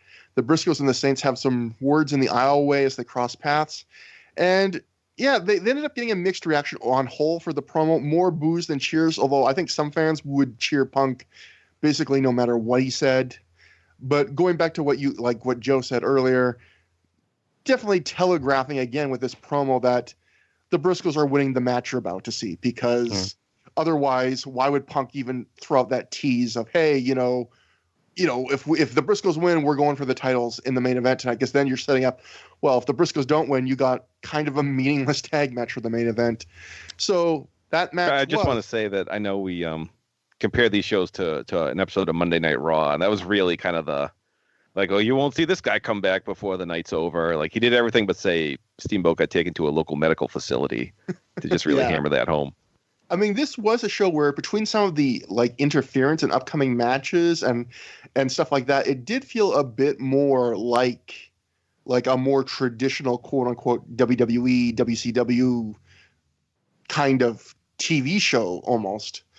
And the next match was the Ring of Honor Tag Team Title Round Robin Challenge continued with the Briscoes defeating the Prophecy of Whitmer and Moth in 13:26 when Mark Briscoe pinned Moth after a roll-up. The Briscoes become the first team or people in Ring of Honor history to win the same title twice. Of course, within the end of the night, there'd be another two people that can also claim that. Joe, what do you think about this? A longer match than the first tag match of the night. Yeah, this was a good, solid professional wrestling match. It was based around Mark selling his ribs, and they actually kind of got the heat on I think Mark tried, I forget what he tried, moonsault off the top or something and slipped, and that's how Moff and Whitmer took over, which is just like they didn't try to repeat the spot. They just took what happened and rolled with it, which is a sign of, the Briscoes being far ahead of their age in terms of wrestling acumen. Are we sure that it was? Are we sure that spot wasn't intentional though? It didn't seem that way, but I don't know. The fact that we can't, we're debating it's probably not in his favor. I think it's not intentional just because it made Mark look like an idiot, because the move is like, for those who obviously haven't seen the match, Mark does like a springboard jump up to the top where he's supposed to leap off and do a moonsault, but he slips on the top rope and crash and burns, takes a really ugly, kind of dangerous looking spill actually, which is another detail making me think it was real. But then, like, going to what Joe said, like, they don't repeat the spot, and the Briscoes were kind of on a run of offense at that point, and instead, right from there, Whitmer doesn't even stop to like ask Mark or the ref if Mark's okay, and they just immediately transition into minutes and minutes and minutes of beating down Mark. So that is the one part. Yeah, that's why I asked the question. I've never seen them go so seamlessly from a botch into that changes the momentum of the match they're working. So that's impressive if that's true. It's either one of the most dedicated botches ever based on Mark's bump and how dumb it made him look, or like the most seamless, like you said, like transition from a botch maybe I've ever seen. But sorry to get off on the tangent, Joe. Yes. Sorry, Joe. Sorry, Joe. No. Like I said, this was a very good match. There were some ill-advised headbutts from the Briscoes, but just like I said, just really solid professional wrestling, and as expected, we got our second title change of the night. Matt, what'd you think? Well, yeah, I thought it was a smartly worked match. And in fact, Mark Nolte was about to say it was a smartly worked match, because what he said was, what a smart match the Prophecy are wrestling. So you know that he was about to say that too. But yeah, I liked the work on the ribs. The one thing I didn't like was they had a big brawl on the outside that somehow led to Jay getting busted open, and they didn't show it at all. They missed it completely. So I don't know if he was busted open hard way, if he bladed. I guess it must have been hard way, because they didn't really he didn't bleed that much, and we know that Jay Briscoe can bleed. So I guess it must have been hard way. I did wish at certain points that the Prophecy had a little more energy. I don't know. There was something about it that was like, okay, they seem a little lethargic, but they were doing a pretty good job. And I thought Jay made up for it, because his House of Fire sequence with big boots and the Falcon Arrow and stuff was very good. But in general, I thought it was a good, solid match. And different enough from the first match, and different enough from the last match, honestly. And Moff and Whitmer seemed to work as a good unit, but the ending was just a quick cradle, and I think. Gabe was making the point, like, this show had a couple of quick cradles, like surprise wins, and he's actually, he was trying to make the point, like, oh, people can win in any way. And this match definitely did have people winning in ways they don't normally win. I thought this was a good match. I really enjoyed it, and I actually thought this was one of the better Prophecy performances as a tag team I've seen. I really liked when they were in control with, really beating down Mark Briscoe's ribs for a long time. Like, Mark always takes a great beating, but I thought sometimes a lot of tag teams have a hard time staying engaging when they're in control, and I felt like they did enough stuff. Like, I liked BJ throwing Mark on the outside so Moff can do his favorite thing in the world, which is throw a guy into all four barricades. But I liked that they actually went the extra mile where he's kind of like talking with the ref then and throwing, like, letting Moff deal with it as the illegal man. They did a little spot where one of them had Mark on their shoulders and threw him off so the other guy could land on the other guy's knee. Like, stuff like that I thought was cool. BJ, like Joe said, was in a headbutty mood. Like, he headbutted both Briscoes. And yeah, just another standard, a good story to this, just simple story with the ribs and again, whether that transition was planned or not, they did great to get in control on Mark. And there was even a nice little callback spot I liked near the end where when at the end of the match, near the end of the match, to break up a pin, Mark who's the illegal man, he double stomps I think BJ's ribs, and I loved just like that little, just making it specific like that, where he could have done any move, but I like the idea that's like, you fucked over my ribs the whole match, so now when I'm getting my chance to make a comeback, like I'm hitting your ribs, motherfucker. Like, I really like that.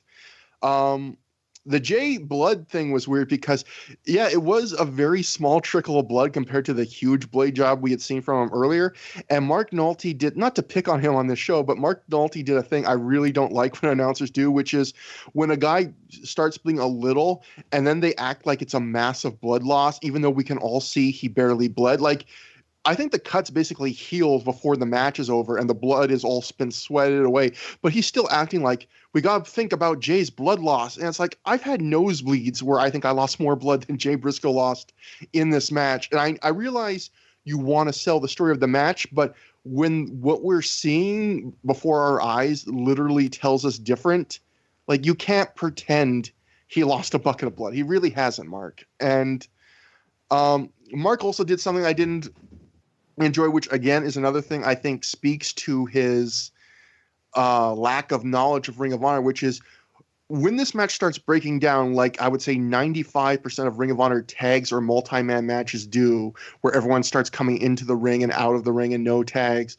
Mark really focuses on who's the illegal man and keeps reminding us of that, to the point where at one point Gabe cuts him off where he's like, and I have to remind everyone, and Gabe's like, yep, that Mark Briscoe's ribs are injured. You're right, Mark. Like he's like doesn't want him to say it again, because in fact, like within seconds of Mark saying this, Mark Briscoe, the illegal man, wins the match.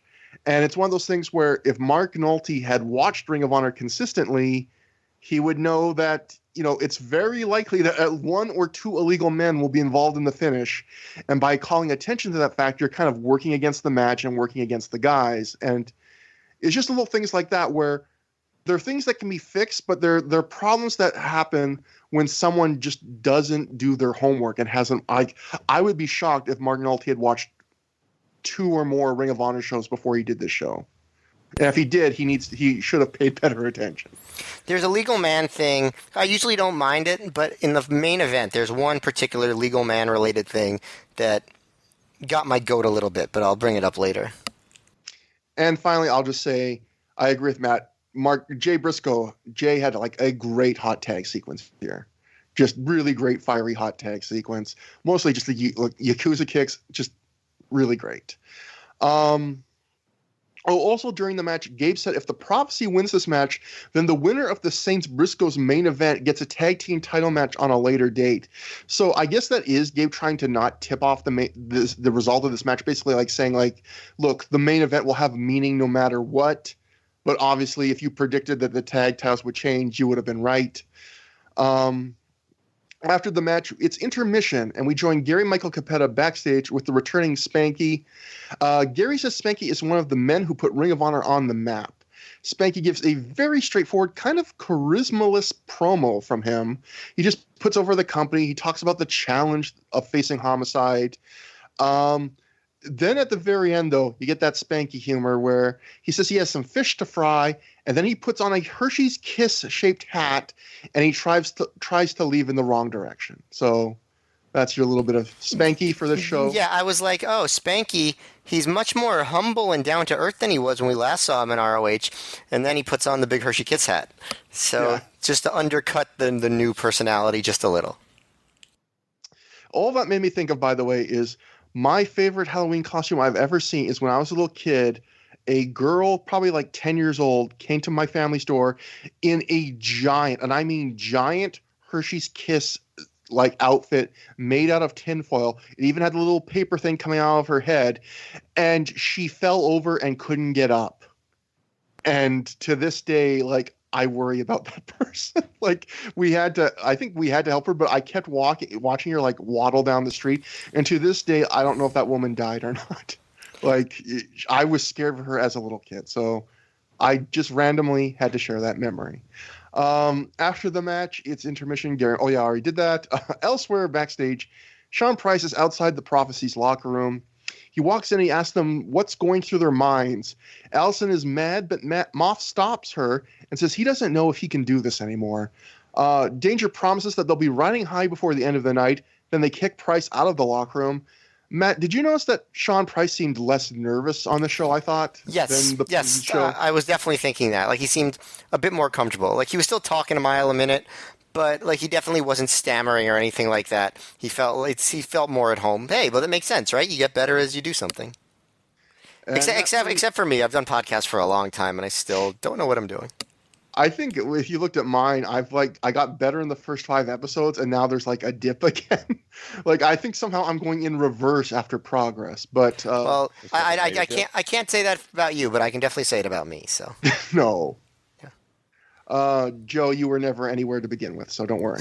Cool. Josh Daniels. Next up, So Josh me? Daniels with Prince Nana defeats Dixie with Angel Dust, Becky Bayless, and Cheech in his corner via pinfall in 4:52 after he hits a high angle fisherman's buster.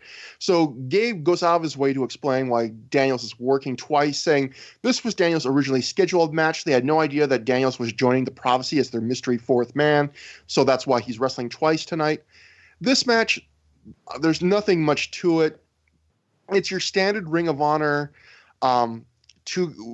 match where they give a new guy. We talked about this on a previous show where they give a new guy like 5 minutes and they after intermission, and they don't really have any faith in them to go any longer, and so the guys don't really make much of an impression and they're just rushing through stuff. But the big story of this match is halfway through it, Ox Baker comes out. Yes, Ox Baker. He just keeps yelling over and over again like, I can help you. I can help you at Dixie. Dixie is perplexed and doesn't like this. And for the rest of the match, all commentary can talk about, all we can focus on is Ox Baker. I don't know what the point of this was. I even wrote in my notes, my rating for this match is Ox Baker. Joe, what did you think about Ox Baker? If you hear the crowd go like, ooh, at some point, it was because he told Nana to, and I apologize, but he told him to go back to Africa at one point. Oh, God. Jesus. Let's see. That's like, oh my God, like that's so bad. I hope that's why they didn't bring him back. They before the intermission, they said there's 4 big matches coming up, so I don't know what definition of big they were using for this match, but yeah, this was just like a bizarre fever dream, and Gabe's given the who booked this, like, which is his code for this really is shit, and we apologize.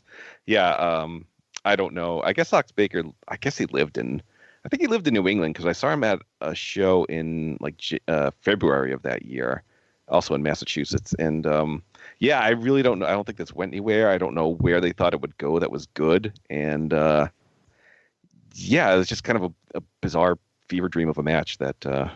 Yeah, I don't know what else to say.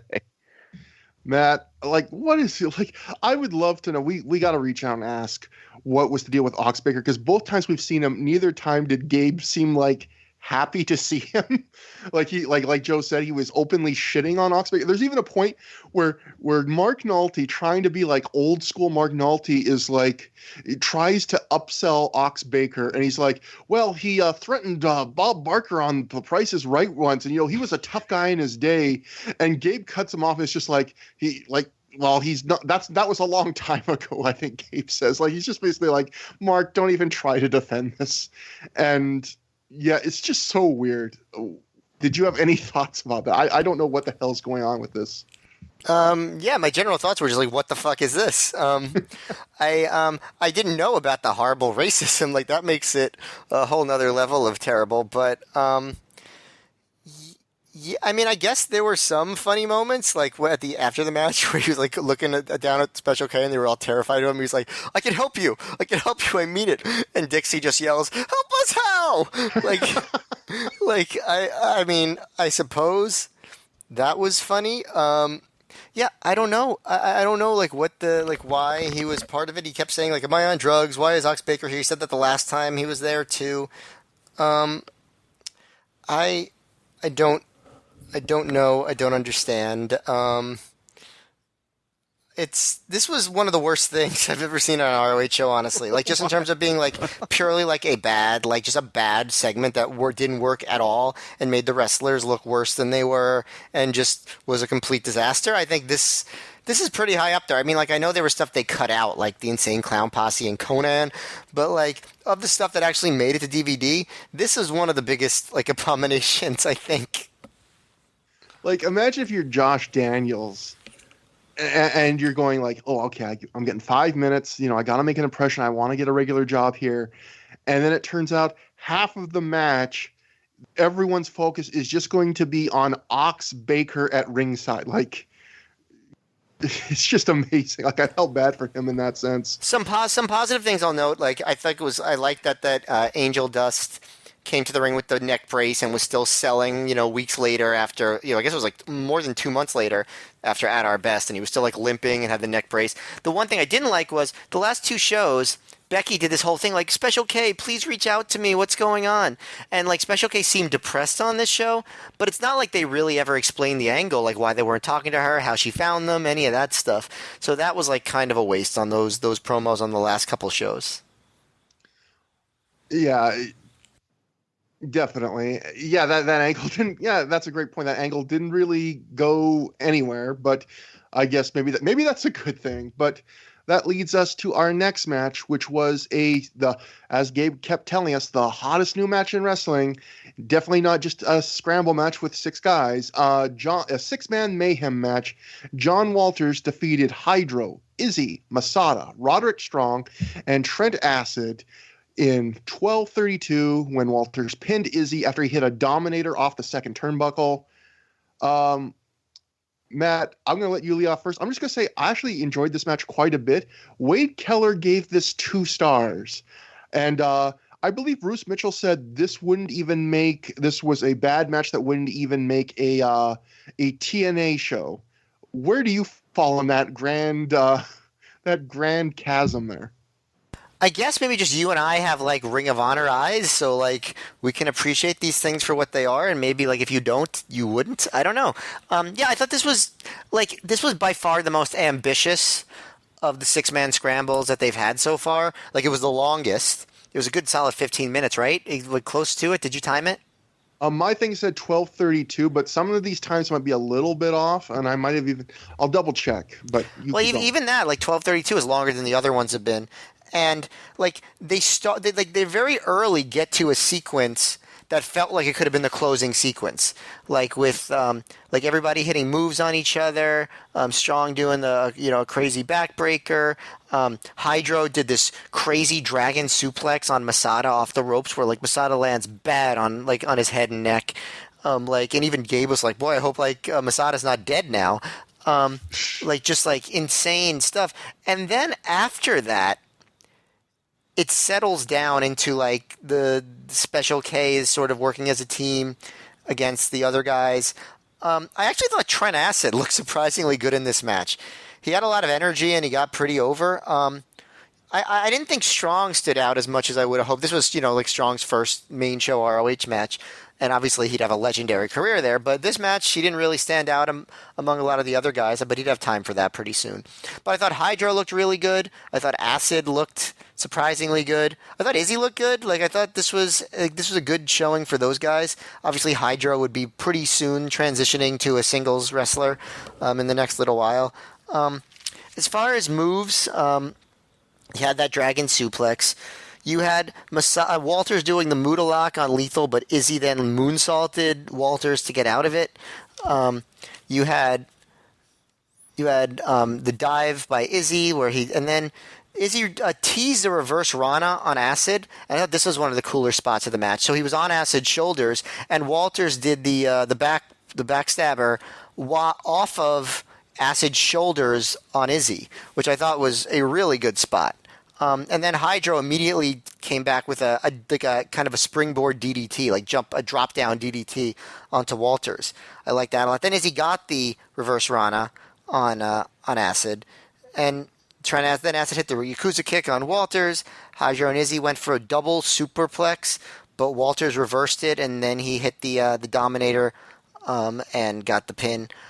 So I thought it was pretty good, ambitious. Like I said, there were some pacing issues. I thought it might have peaked a little early, but considering those matches are probably hard to put together, I thought they did a pretty good job.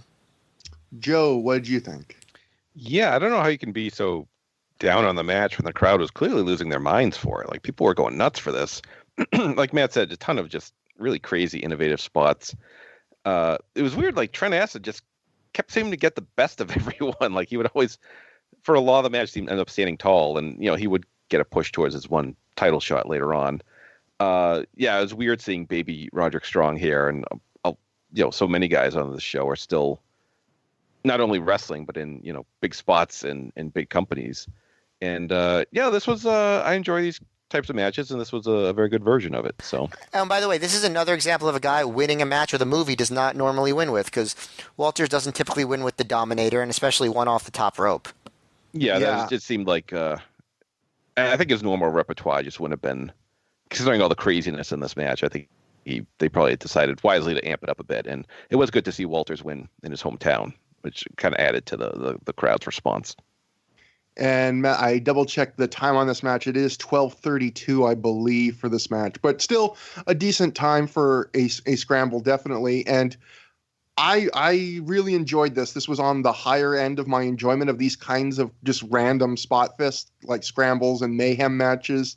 And I think a big reason for this is the same reason I enjoyed some of them more on the last two shows, which is I just feel like kind of in these last few shows, Ring of Honor has reached a point with their undercard where there's enough different, really talented, colorful people on the undercard, and so many fresh faces and faces that looking back we can tell are going to make it, that it's just more fun, even if it's still basically in format the same kinds of scramble type match you've always seen, which is just big spot, and multi-man submission spots, all the same tropes, but just the who's in it and just the median talent level, I think, is higher now.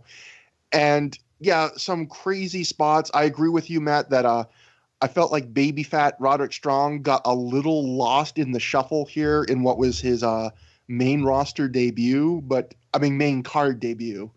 But he'd do okay. But the other thing is, Izzy, there was a couple of cool spots I want to call out. One is I thought it's a real simple thing, but I thought Izzy took one of the best slingshot bumps over the ropes I've ever seen. He touched the ropes and hit the apron on the way down, so it was safe. But if you just watch it, he took it with such a speed and, more importantly, like a fluidity that really made it look cool. Like, so often when people take this, like a slingshot over the ropes, they're like kind of doing it in like 3 or 4 steps. He just did it in like one fluid motion, goes right over, looked really cool. And likewise, Masada, I feel like Masada was kind of underrated in Ring of Honor because almost every show he takes one crazy bump. And he had some pretty good agility for a guy his size. Although he wasn't perfect, like a good way to sum up Masada was early on, he does a nice drop kick. And as the commentating is like selling, like nice drop kick by Masada, he does a really ugly kip up. Like it's kind of like the best and the worst right there. But there's a bump he takes, like in the match, Trent Acid hits his inverted brainbuster, which is a really cool looking move. And then later it looks like he tries to do it to Masada off the apron. And it looks like Masada doesn't rotate all the way over. And he takes like a really scary looking bump on probably his head and shoulders. And other than that, I think this is just a fun, big, goofy, no story, nuts, multi-man. But the one thing I want to mention, well, other than we get a little bit of character development, because before the match, Hydro's telling the rest of the Special K, like, I'm serious, no fooling around, come on, I'm serious, which they are advancing the transition to Jay Lethal. But then the other thing I want to point out, and Matt, you alluded to this earlier, Mark Nolte on commentary says Becky Bayless is one Twinkie away from being Tammy Sitch. And to that I say, what the fuck? Like, first off, that's kind of a shitty thing to say. But second of all, like, really? Like, you think she's fat? But not only that, like, why are you taking a pot shot at Tammy Sitch also? Like, right? Like, what? Like, why are you, like, why do you, like, you're shitting on 2 women right there for no reason? Yeah, like it so often we say stuff like, oh, this works on so many levels. This doesn't work on so many different levels. Like, why are you going after Becky Bayless? Even I guess she is kind of a heel, but why are you going after Tammy Sitch? Why are you saying Becky Bayless is fat? Like, it just sounds like a corny Jerry Lawler line, like one Twinkie away. It just. And then didn't Gabe respond by saying, "Oh, well, hey, Mark. Well, she is a slut, though, right?" So it's like. It was in the air in ROH at the time, and it's toxic, and I guess you just hope you chalk it up to a bygone era. I don't know. Out of curiosity, like, I looked up Becky Bayless on like social media on Google, and I saw. I don't think she's updated her Instagram lately, but from like judging from like a year ago, Becky Bayless looks nearly exactly the same. Like, we should all hold up that well over 15 years. Because I'm going to guess that in 15 years, I'm going to look like a gelatinous gray mass with hopefully some hair sticking out of it. Like, I don't think I'm going to age very well. So, wrong person to make that comment about, I'd say. Wait. Why are you now body shaming gelatinous gray masses? I'm just saying that all the if I judge my family's lineage, all of my collagen is going to like melt soon, and my skin is just going to sag to the floor like a Shar-Pei. So sounds pretty cute to me. Well, if any women agree, join my Patreon. Private message me. Oh, is that how it works? They pay you and then they okay. Yeah. Anyway, Walters gets a big hometown chant after the match. This is probably one of the better reactions he's gotten. And because this is a shorter Ring of Honor show, we get to see every second of it. They really linger on him after the match. So, by the way, Walters is, based on what Joe told me, Walters' R.J. Brewer character would really get along well with Ox Baker. I wonder if they hit it off in the back. Maybe he meant to come out and say, I can help you to Walters and get in touch with his racist side. Patrol. Yeah. Look for the Brewer-Baker ticket in 2024. Homicide. Next up, we had Homicide defeating Spanky in his return to Ring of Honor via pinfall in 16 minutes, 13 seconds after he hits a lariat. The Observer report said this was the match of the night. Wade Keller said that if you describe this match on paper, it would have sounded better than it actually was. Spanky seemed a little bit light compared to Homicide. Certainly not bad, but a disappointment. Homicide finished off Spanky with an ace crusher off the ropes and a lariat, 3.25 stars. Mike Johnson said this match, the early portion of it, was similar to a match they had earlier in World 1. So I assume not the earlier in the night. But Joe, did you think this was the match of the night, or would you reserve that for something else? I'm torn between this and the main event. I both enjoyed a lot. I thought this was very good. Not excellent, but very good. And you can't really tell, but on his way to the ring, Spanky stopped and said he liked my 01 shirt I was wearing to the show. I gotta go back. Yeah, you can't really tell. I was shit. like, in my mind, he comes up and slaps me on the back, but you can't really tell. He just goes to the ring. But that did happen, I swear. God, I'm angry because Spanky never replied to me when I asked him on Twitter what was his Wendy's order on like the first Ring of Honor show when he had a bag of Wendy's. And yet here he is talking to Joe about his goddamn 01 shirt when he has wrestling to do. But when he has Twitter and he can do anything he wants, he has 24 hours a day, he can't tell me if he likes nuggets or not. So fuck you, Spanky. Joe, continue. He's a busy man working 2 matches a month. Yeah, I thought this was a solid hybrid match. I thought kind of the early going of the match, Spanky out-wrestled him. You would think Homicide would kind of take the advantage by rough-handed tactics, but every time he introduced foreign objects, it kind of backfired. Like Spanky just used the chair on him, and the commentators are like, "Well, good call by the ref, not calling for the DQ." And later, the ref took it away, and then Spanky did a sliced bread off the floor, kind of off the chair, and like Homicide just took over. He just kind of kicked Spanky in the head and gave him a knee. But I thought the ending stretch was very good. Julius Smokes interfered fairly liberally and pulled the ref out at one point, and Gabe just loses his mind, like, "Oh, what has he done?" When you see that in the very next match, and they're like, "Well, had to save the tag titles." But again, Homicide doesn't use the cop killer, just uses a lariat, and I thought this was good, solid pro wrestling. Yeah, I agree with you, Joe. Either this or the main event would be my match of the night. I put both at like 3.5 to 3.75 stars, like there, where it's not something you have to go out of your way to see. But I think this is another great example of the million styles of Homicide, because we see him do brawls and hardcore matches, and we see him do like just really stiff strike-based matches with guys like Joe. We just saw him go to the mat for a long portion and do a real story-based match with Bryan Danielson. And this is Homicide just doing like your modern indie move fast, do a lot of stuff, lots of 2.9 kick out near falls, lots of signature moves. Like he can go at any pace, at any way at this point in his career. He is so versatile. And this is a good version of that kind of match, but there is something missing a little bit. I felt like Spanky looked maybe a little bit rusty, or maybe just a little off. He just didn't quite look there on some of his stuff. And Homicide, I thought did great, although this Homicide, he does great at this style, but it's like my least interesting Homicide. I prefer him when he's being more stiff or angry or crazy or doing something with weapons or something, where this, like, it's weird because he works very strong heel in this match, in the sense of Julius Smokes frequently interferes. He grabs Spanky's leg. He pulls the ref out of the ring during a crucial late match like count, and the referee does nothing about it. And yet at the end of the match, he's like shaking Spanky's hand, and Spanky's shaking it back, even though Homicide just cheated to win. So that kind of stuff was weird. The match itself, I did also notice it's a little bit weird in the sense that there's no, like, so many in a company that at this moment that is trying so hard to give every match a justification and a story, and it's weird that you did kind of notice that this match didn't really have anything behind it. Like, it was just a dream match. It was just Spanky's back. Homicide could use another big win before his title match. Here we go.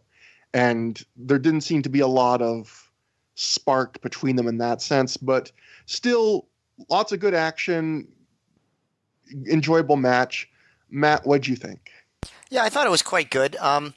There was some stuff like when Homicide threw a chair into the ring, like Nolte was like, "There's no chairs in Ring of Honor in a match like this," and I'm like, "No, there is." Like, they do that sometimes. In the match against Danielson, right? Weren't they hitting each other like with the ring bell and nothing happened and stuff? Yeah. Like they don't really take the whole like no weapons thing seriously.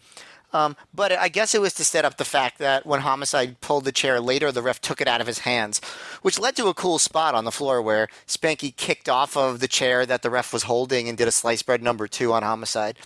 I thought that was pretty cool.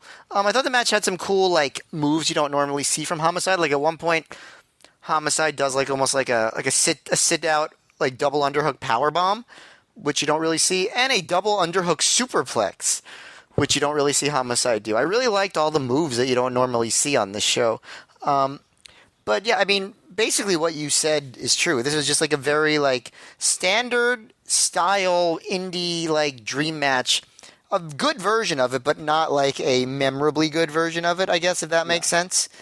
And the one other thing, though, that I would nitpick is, like Joe was bringing up, the way Gabe was just so appalled by the very, like, mild heel interference by Julius Smokes. Like, oh my God, he touched Spanky's leg. They've never done anything like this before. They're so dangerous. And then he pulls out the referee, and Gabe is like, he pulled out the referee. And like you said, Gabe basically had a heart attack. And it was just like, it was so over the top. Like, they're really trying so hard to make Homicide and the Rottweilers seem scary. Like, it's not good enough that they're just heels, because they were just heels, but they made it out to be like this was the most horrifying thing that's ever happened in wrestling, and I think that's weird. But it was a good match. Spanky looked good, but we obviously will and have seen him look much better at other times.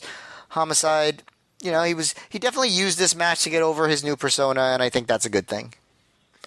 Yeah, I thought the interference, the reactions were a bit weird, obviously, like over the top. But I also thought there was a lot of like interference in the final 2 matches, and especially like both of the last 2 matches had a late match near fall where someone pulls the ref out of the ring and he does nothing. And the thing I kind of didn't like about this show was not that there was cheating, but that there was so much of it after there was none. And every single time, Gabe and Mark said the same thing on commentary, which is, I guess the referee wants to see a winner. And it's like, if that's the case, then why don't you just say no DQ? Because is there ever a time when the referee doesn't want to see a winner? Like, Well, theoretically, the referee should not have an interest in what happens. They should just call it by as it is, right? In theory. And even them doing the same cheating spot in both parts of the double main event, that's the kind of thing you need someone kind of agenting backstage and just going to the guys as they plan out their matches, oh, this other guy before you is doing that, so one of you can't do this. You can't pull the ref out by the legs during a late match near fall when the very next part of the double top 2 matches the very next match is also going to do that exact spot. It focuses more. And then when Gabe and Mark do the exact same excuse, it just focuses more on how kind of weak it is. But also, Matt, final question. Was this the first Ring of Honor show where Homicide's music had the Kill Bill intro to it with the sirens? I did write that, so I think yes, unless they just cut it out of previous DVDs. This is absolutely the first time it appeared on a DVD. So this is a lot of firsts tonight. Yeah, with the first for the intro for Samoa Joe and Homicide's music. And also, I believe the first time ROH ever had the same main event on back-to-back shows. I could be wrong about that, but I'm pretty sure it's true. Yeah, so this is a lot of neat little weird bits of ROH trivia on this show. And then after the match, we get the handshake, like I said, and Homicide even gives Spanky a little applause, which seems real weird to me when he cheated to win and he's supposed to be this hateful heel. Spanky goes to the back, and then Homicide grabs the mic. Homicide calls out Samoa Joe, and he says he's not waiting for next week. Joe runs in wearing street clothes, and immediately Ricky Reyes runs in, and he and Smokes do a 2-on-1 beatdown as Homicide watches. Smokes even does a nice diving headbutt here. Ring of Honor officials try and run into the ring, but Homicide swears he'll kill them if he does, and then he pile drives Joe. Reyes then pile drives Joe. Homicide stands over a beaten down Joe, and he says he's the next champ. Ichiban, motherfucker. And then Joe is eventually held to the back by a bunch of people as he's really selling being beaten down to shit, and he's not even able to make it to the back on his own, and you can hear him scream, "Homicide!" multiple times as he's held to the back. I thought this was a pretty good little heat-up angle for their next match. I don't know if I've ever seen them hype an upcoming show as much as they're building up the matches for the Philly show the next week.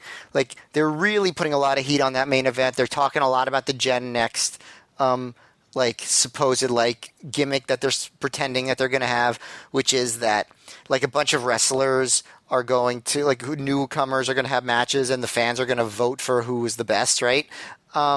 And then they even build up the tag title match for the next show. So they're really putting a lot of emphasis on that Philly show that's coming up, Generation Next. I think they're doing a good job with that. I think that's a cool thing to do. Basically, they're treating that show like it's almost like a pay-per-view. Yeah, this felt like a go-home Raw with the Joe beat down and the building up the matches coming up. Right. Yeah.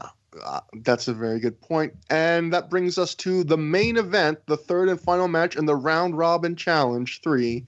The Second City Saints of CM Punk and Colt Cabana defeat the Briscoes, Jay and Mark, in 1916 when Cabana pins Mark after he hits a frog splash, Matt continuing the night of guys winning with things that aren't their finishers. I just realized. Exactly. That's what I was thinking of. So what did you think about this and how this compared to, we just saw, like you said, literally the last show we saw this match. So what did you think about this one? Well, they definitely, obviously, the big difference was that the Second City Saints are the heels here. And this might be the most classically old school style tag match, or a tag title match ROH has done. They really just went for face in peril. The Second City Saints are beating the crap out of Mark's ribs. And I like that a lot, actually. They really targeted the ribs. And Mark does a really good job of selling it. At one point, even, early in the match, before they got the heat, Jay would tag in Mark to do a big move, and then Mark would immediately have to get out of the ring because his ribs were just so brutalized. So I like that. They did the whole telegraph thing again because Gabe was like, I don't see any way the Briscoes lose. And then Nolte's like, no, but you were wrong last time. And Gabe's like, yeah, you're right, but trust me, I'm never wrong twice. Which I thought that was cute, but still telegraphing it a little too much. But I really Cabana's doing the bow and arrow. Punk is doing the abdominal stretch where Cabana's pulling his arm, just very old school. And the segment goes on for a while. And it actually signifies a new era. You would not have seen a main event like this in 2002 or 2003 ROH, right? They would never go this old school and kind of simple in terms of the match structure. But I thought it worked pretty well. You could tell the crowd was exhausted. They mentioned how hot it was in there. But they were still, they still cared. They were still into it. My biggest pet peeve about this match was that after all this time, Mark finally tags Jay because Cabana, for some stupid reason, tries to backdrop Punk onto Mark, who was on the apron, and Mark obviously ducks, and Punk falls to the outside, which that was such a crazy bump too, because he Yeah. couldn't touch the ropes, and he had to go from the ring to the floor without touching the ropes or apron. Right, it was crazy, but it was also kind of contrived, but it worked because then Mark hit a springboard dropkick on Colt and hot tag Jay, and Jay's a house of fire for like a minute, and then topes onto Punk, and then Mark, who's taken all this abuse for so long, finally tags out. It just becomes Mark versus Cabana again, like almost immediately, and they're fighting, and Mark, who just had this major hot tag, did a 2 count roll up on Cabana that the ref counted. I don't usually nitpick about legal man stuff, but like in this case, come on, like it was just such a big deal that he finally tagged out and now he's getting a near fall. Like, I mean, it really was like less than 2 minutes later, right? Like probably like a minute later that near fall happened. Like that was a little bit much for me. But in general, I thought it was good. Punk hit this like double underhook suplex and bridge Jay, and then Mark hit a shooting star press to break it up. So Mark was doing a lot of good selling, but also there was some stuff that was a little dicey. And then, of course, Mark covered Punk, but Colt pulled out the ref. Second match in a row. And Mark blocked the Pepsi plunge, and then he threw Punk to the floor.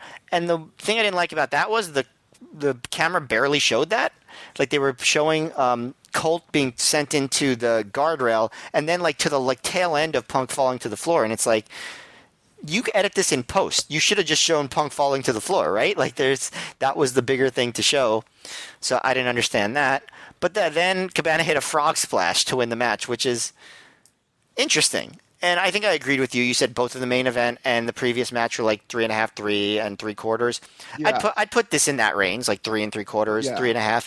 It was a good match, definitely, and well worked. I don't think it reached like the heights because I thought it was just, I don't know, there were things about it that bugged me. And just some matches don't get there. But it was definitely a good, well-worked, smartly worked match. They put a lot of effort into it. I thought it was a fitting main event. Joe, what'd you think as you braved the heat to watch this main event? This was the prior match was my match of the night, and I really greatly appreciate the rib selling being carried over from the prior match. I thought that was great. Just a really structurally well put together match with some cool stuff. Jay did break up a pin with a shooting star press, and Gabe pointed out, he sacrificed himself, and I really appreciated the finish being a frog splash because that would greatly impact the ribs. So it made sense. That was the surprise ending, and the Saints end up with the belts again. We're kind of back where we started, but very, very good main event. I really like this match. Like I said before, 3.5, 3 3/4. Like going to what you said, Matt, this was probably one of the most old school tag matches in Ring of Honor history. Not like guys had done the work over the injured body part and the hot tag structure before, but I don't think anyone went this heavy on it to the point where I think the match was almost 20 minutes long. And I bet you, I tried to figure this out. I didn't got the exact time, but I bet you almost half of the match was just one long heat sequence of Mark getting his ribs worked over. And I don't think any match in Ring of Honor up to this point had dedicated that much just to selling that. And they did a lot of hot tag teases, including one I really liked where Mark is going for the hot tag and one of the Saints tackles Mark and then just pins his arms behind his back and pins him against the mat until the other Saint, that's the illegal man, can run all the way around the ring and pull Jay off the apron. Like, I thought that stuff was really cool. And yeah, you can tell watching this match how huge a fan Punk and Cabana must have been of 80s wrestling, which obviously most of us of that age were.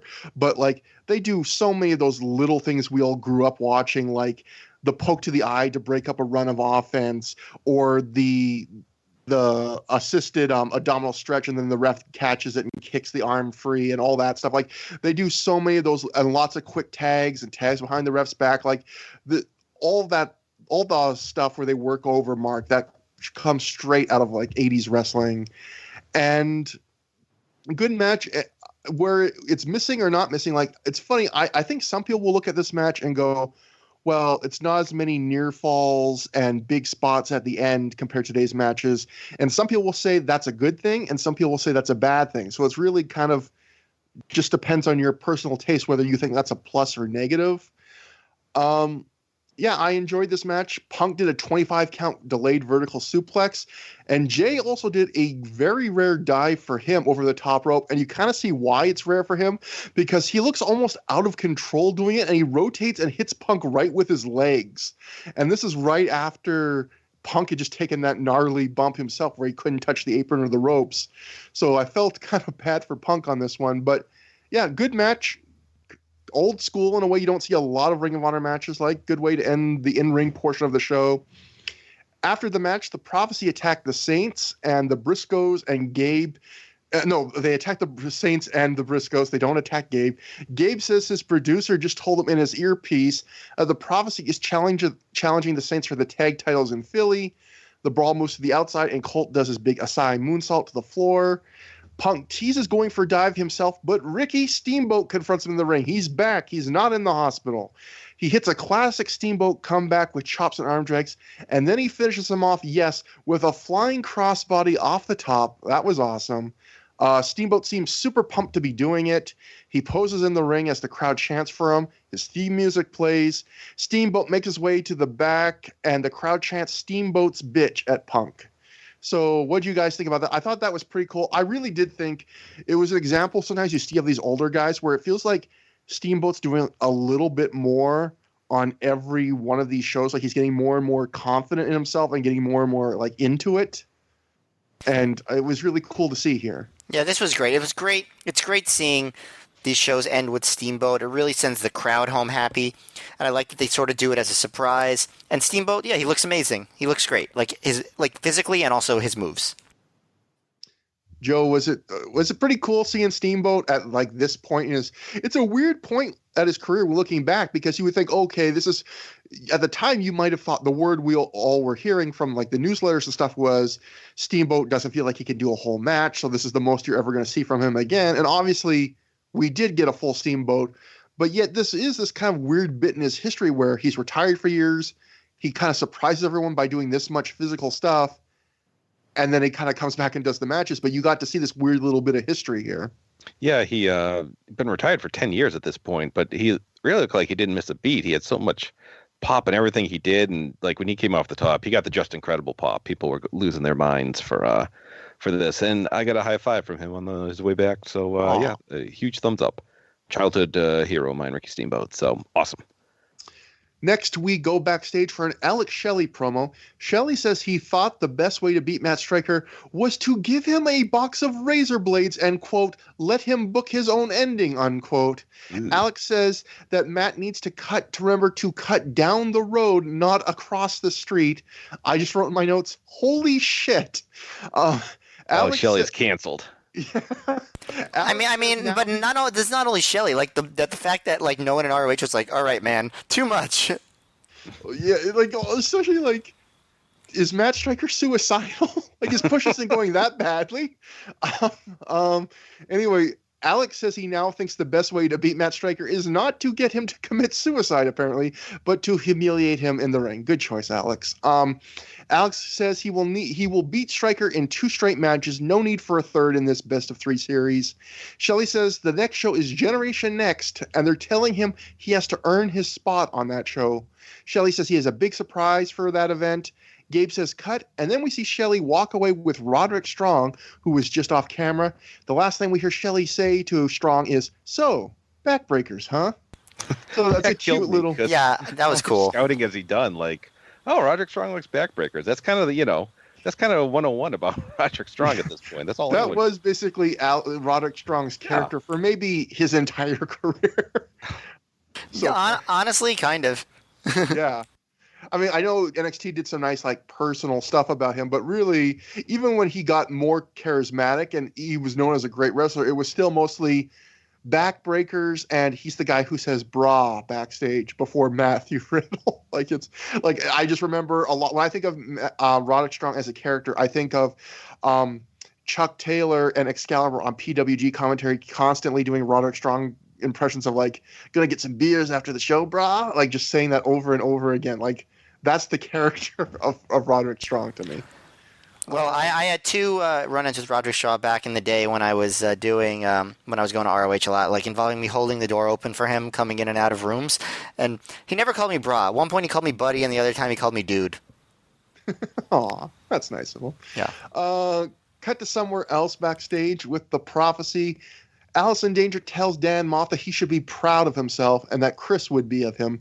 Whitmer says he doesn't like Moff and he doesn't like Moff, and Moff doesn't like him, but Ring of Honor has no choice but to give them another shot at the tag team titles. Moff says he doesn't like BJ, that's right, and he calls him a redneck son of a bitch. But he says for 1 hour tonight, they held the Ring of Honor tag team titles, and he wants to do it again. That's how the show ends. So yeah, like guys were saying before, a lot of setup here for the next show, because we'll get the tag title match and the Joe Homicide rematch.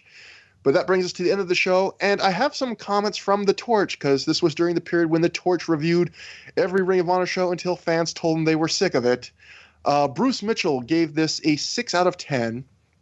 I'll read Bruce's notes here, because I always thought Bruce's notes were a little bit off, because obviously he wasn't that in touch with the scene. Bruce writes, first, the production values. The good news is Mark Nolte gives a boost to the already improving announce crew. The bad news is the show has slipped toward a more cable access look. There are too many dark shots. The lighting and sound levels are also slightly off. Hopefully this is temporary as Ring of Honor works its way through this transition. This Ring of Honor offering has the same strengths and weaknesses as all but the top tapes. Lots of hard work, lots of consistently innovative work, and lots of stiff shots make this show worth seeing. This show, maybe because of the round-robin challenge format, has the indie show problem. That is, maybe the wrestlers on the undercard don't make that much money, so they all get paid in push instead of cash. Everybody, including the ring crew, has a gimmick and a storyline. And a manager. It's too much to keep up with in one show. If everyone is a star, no one is a star. This show had 2 tag title changes and hardcore Ricky Steamboat destruction all before intermission. It reached its nadir in the sloppy 6-man challenge, a spot fest that wouldn't make TNA Impact.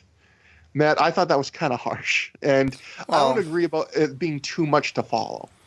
I would agree with you and not him about it. I do not think it was too much to follow. This show was way better than I expected. And way better than I remembered. Like, it's not like it was a great show. It was a B show still, setting up the next one. But I thought it was, like, very solid from start to finish. It had that one really, really terrible thing with Josh Daniels and Dixie and Ox Baker. But a lot of good matches. A lot of good, like, setup and character development and stuff. They clearly, like, when a show like this is as good as it is, this is a good period for ROH. I guess that's what I would say. It's indicative that ROH is just doing a good job in booking overall, because this show shouldn't have been as enjoyable as it was, in my opinion. Hello? I was gonna say I don't know what you think, but that's sort of my stance on that. I completely agree. This show was better than I remember.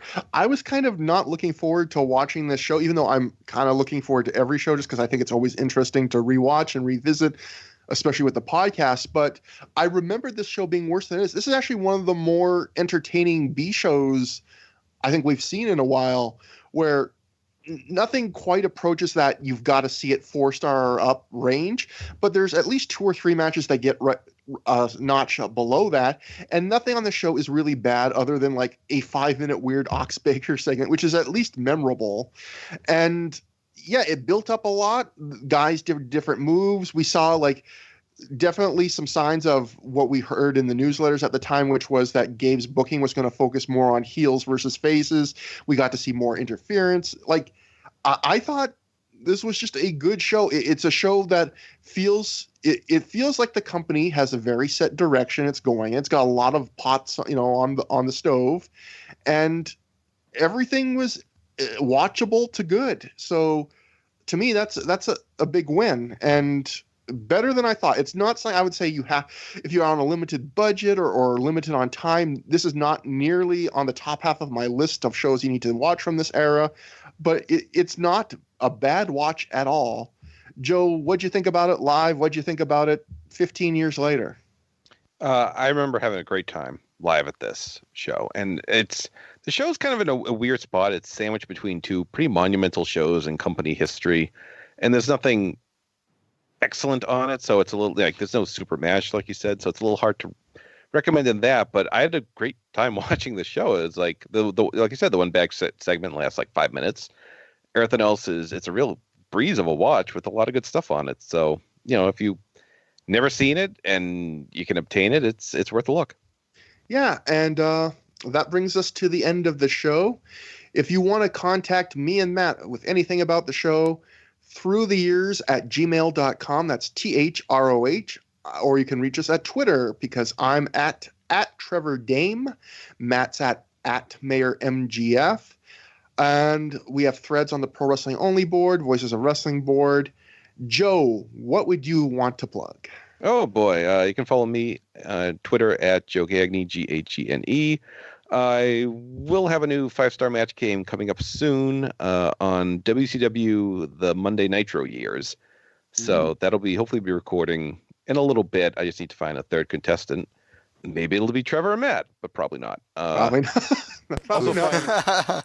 The long-awaited return of the Fun Time Arcade is in the works. I'm almost done with SmackDown. Here Comes the Pain. It's going to be a pretty huge review, probably our biggest to date. So be on the lookout for that. And I think that is it for me. I just rewatched some Joe Gagne Fun Time Arcades in the last week. For some reason, they just randomly popped up in my feed, and I ended up getting sucked into like a 40-minute hole of like rewatching. Oh, I remember that one. They're a deceptively easy way to like, because they're all not that long. They're a deceptively easy way to like lose a half an hour to an hour of your time when you're not expecting it. Well, they're also like extremely entertaining. Like, wow, how well made are they? They're so good. Yeah, like much more better production values put into them than this. But next time on Through the Years, I almost forgot the name of the podcast I am doing. We'll be covering Generation Next, which is going to have the big Joe Homicide rematch. It's going to have the formation of Generation Next, one of the biggest independent wrestling staples of ever, I guess. And it's going to be under a tent. So we will talk about that too. One of the most legendary shows in ROH history, I would say. So I'm looking forward to it very much. And Joe, I want to thank you again for doing the show. And thank you everybody for waiting a little longer for this episode. And thank you for listening in. So until next time, have a good time. Have a great time.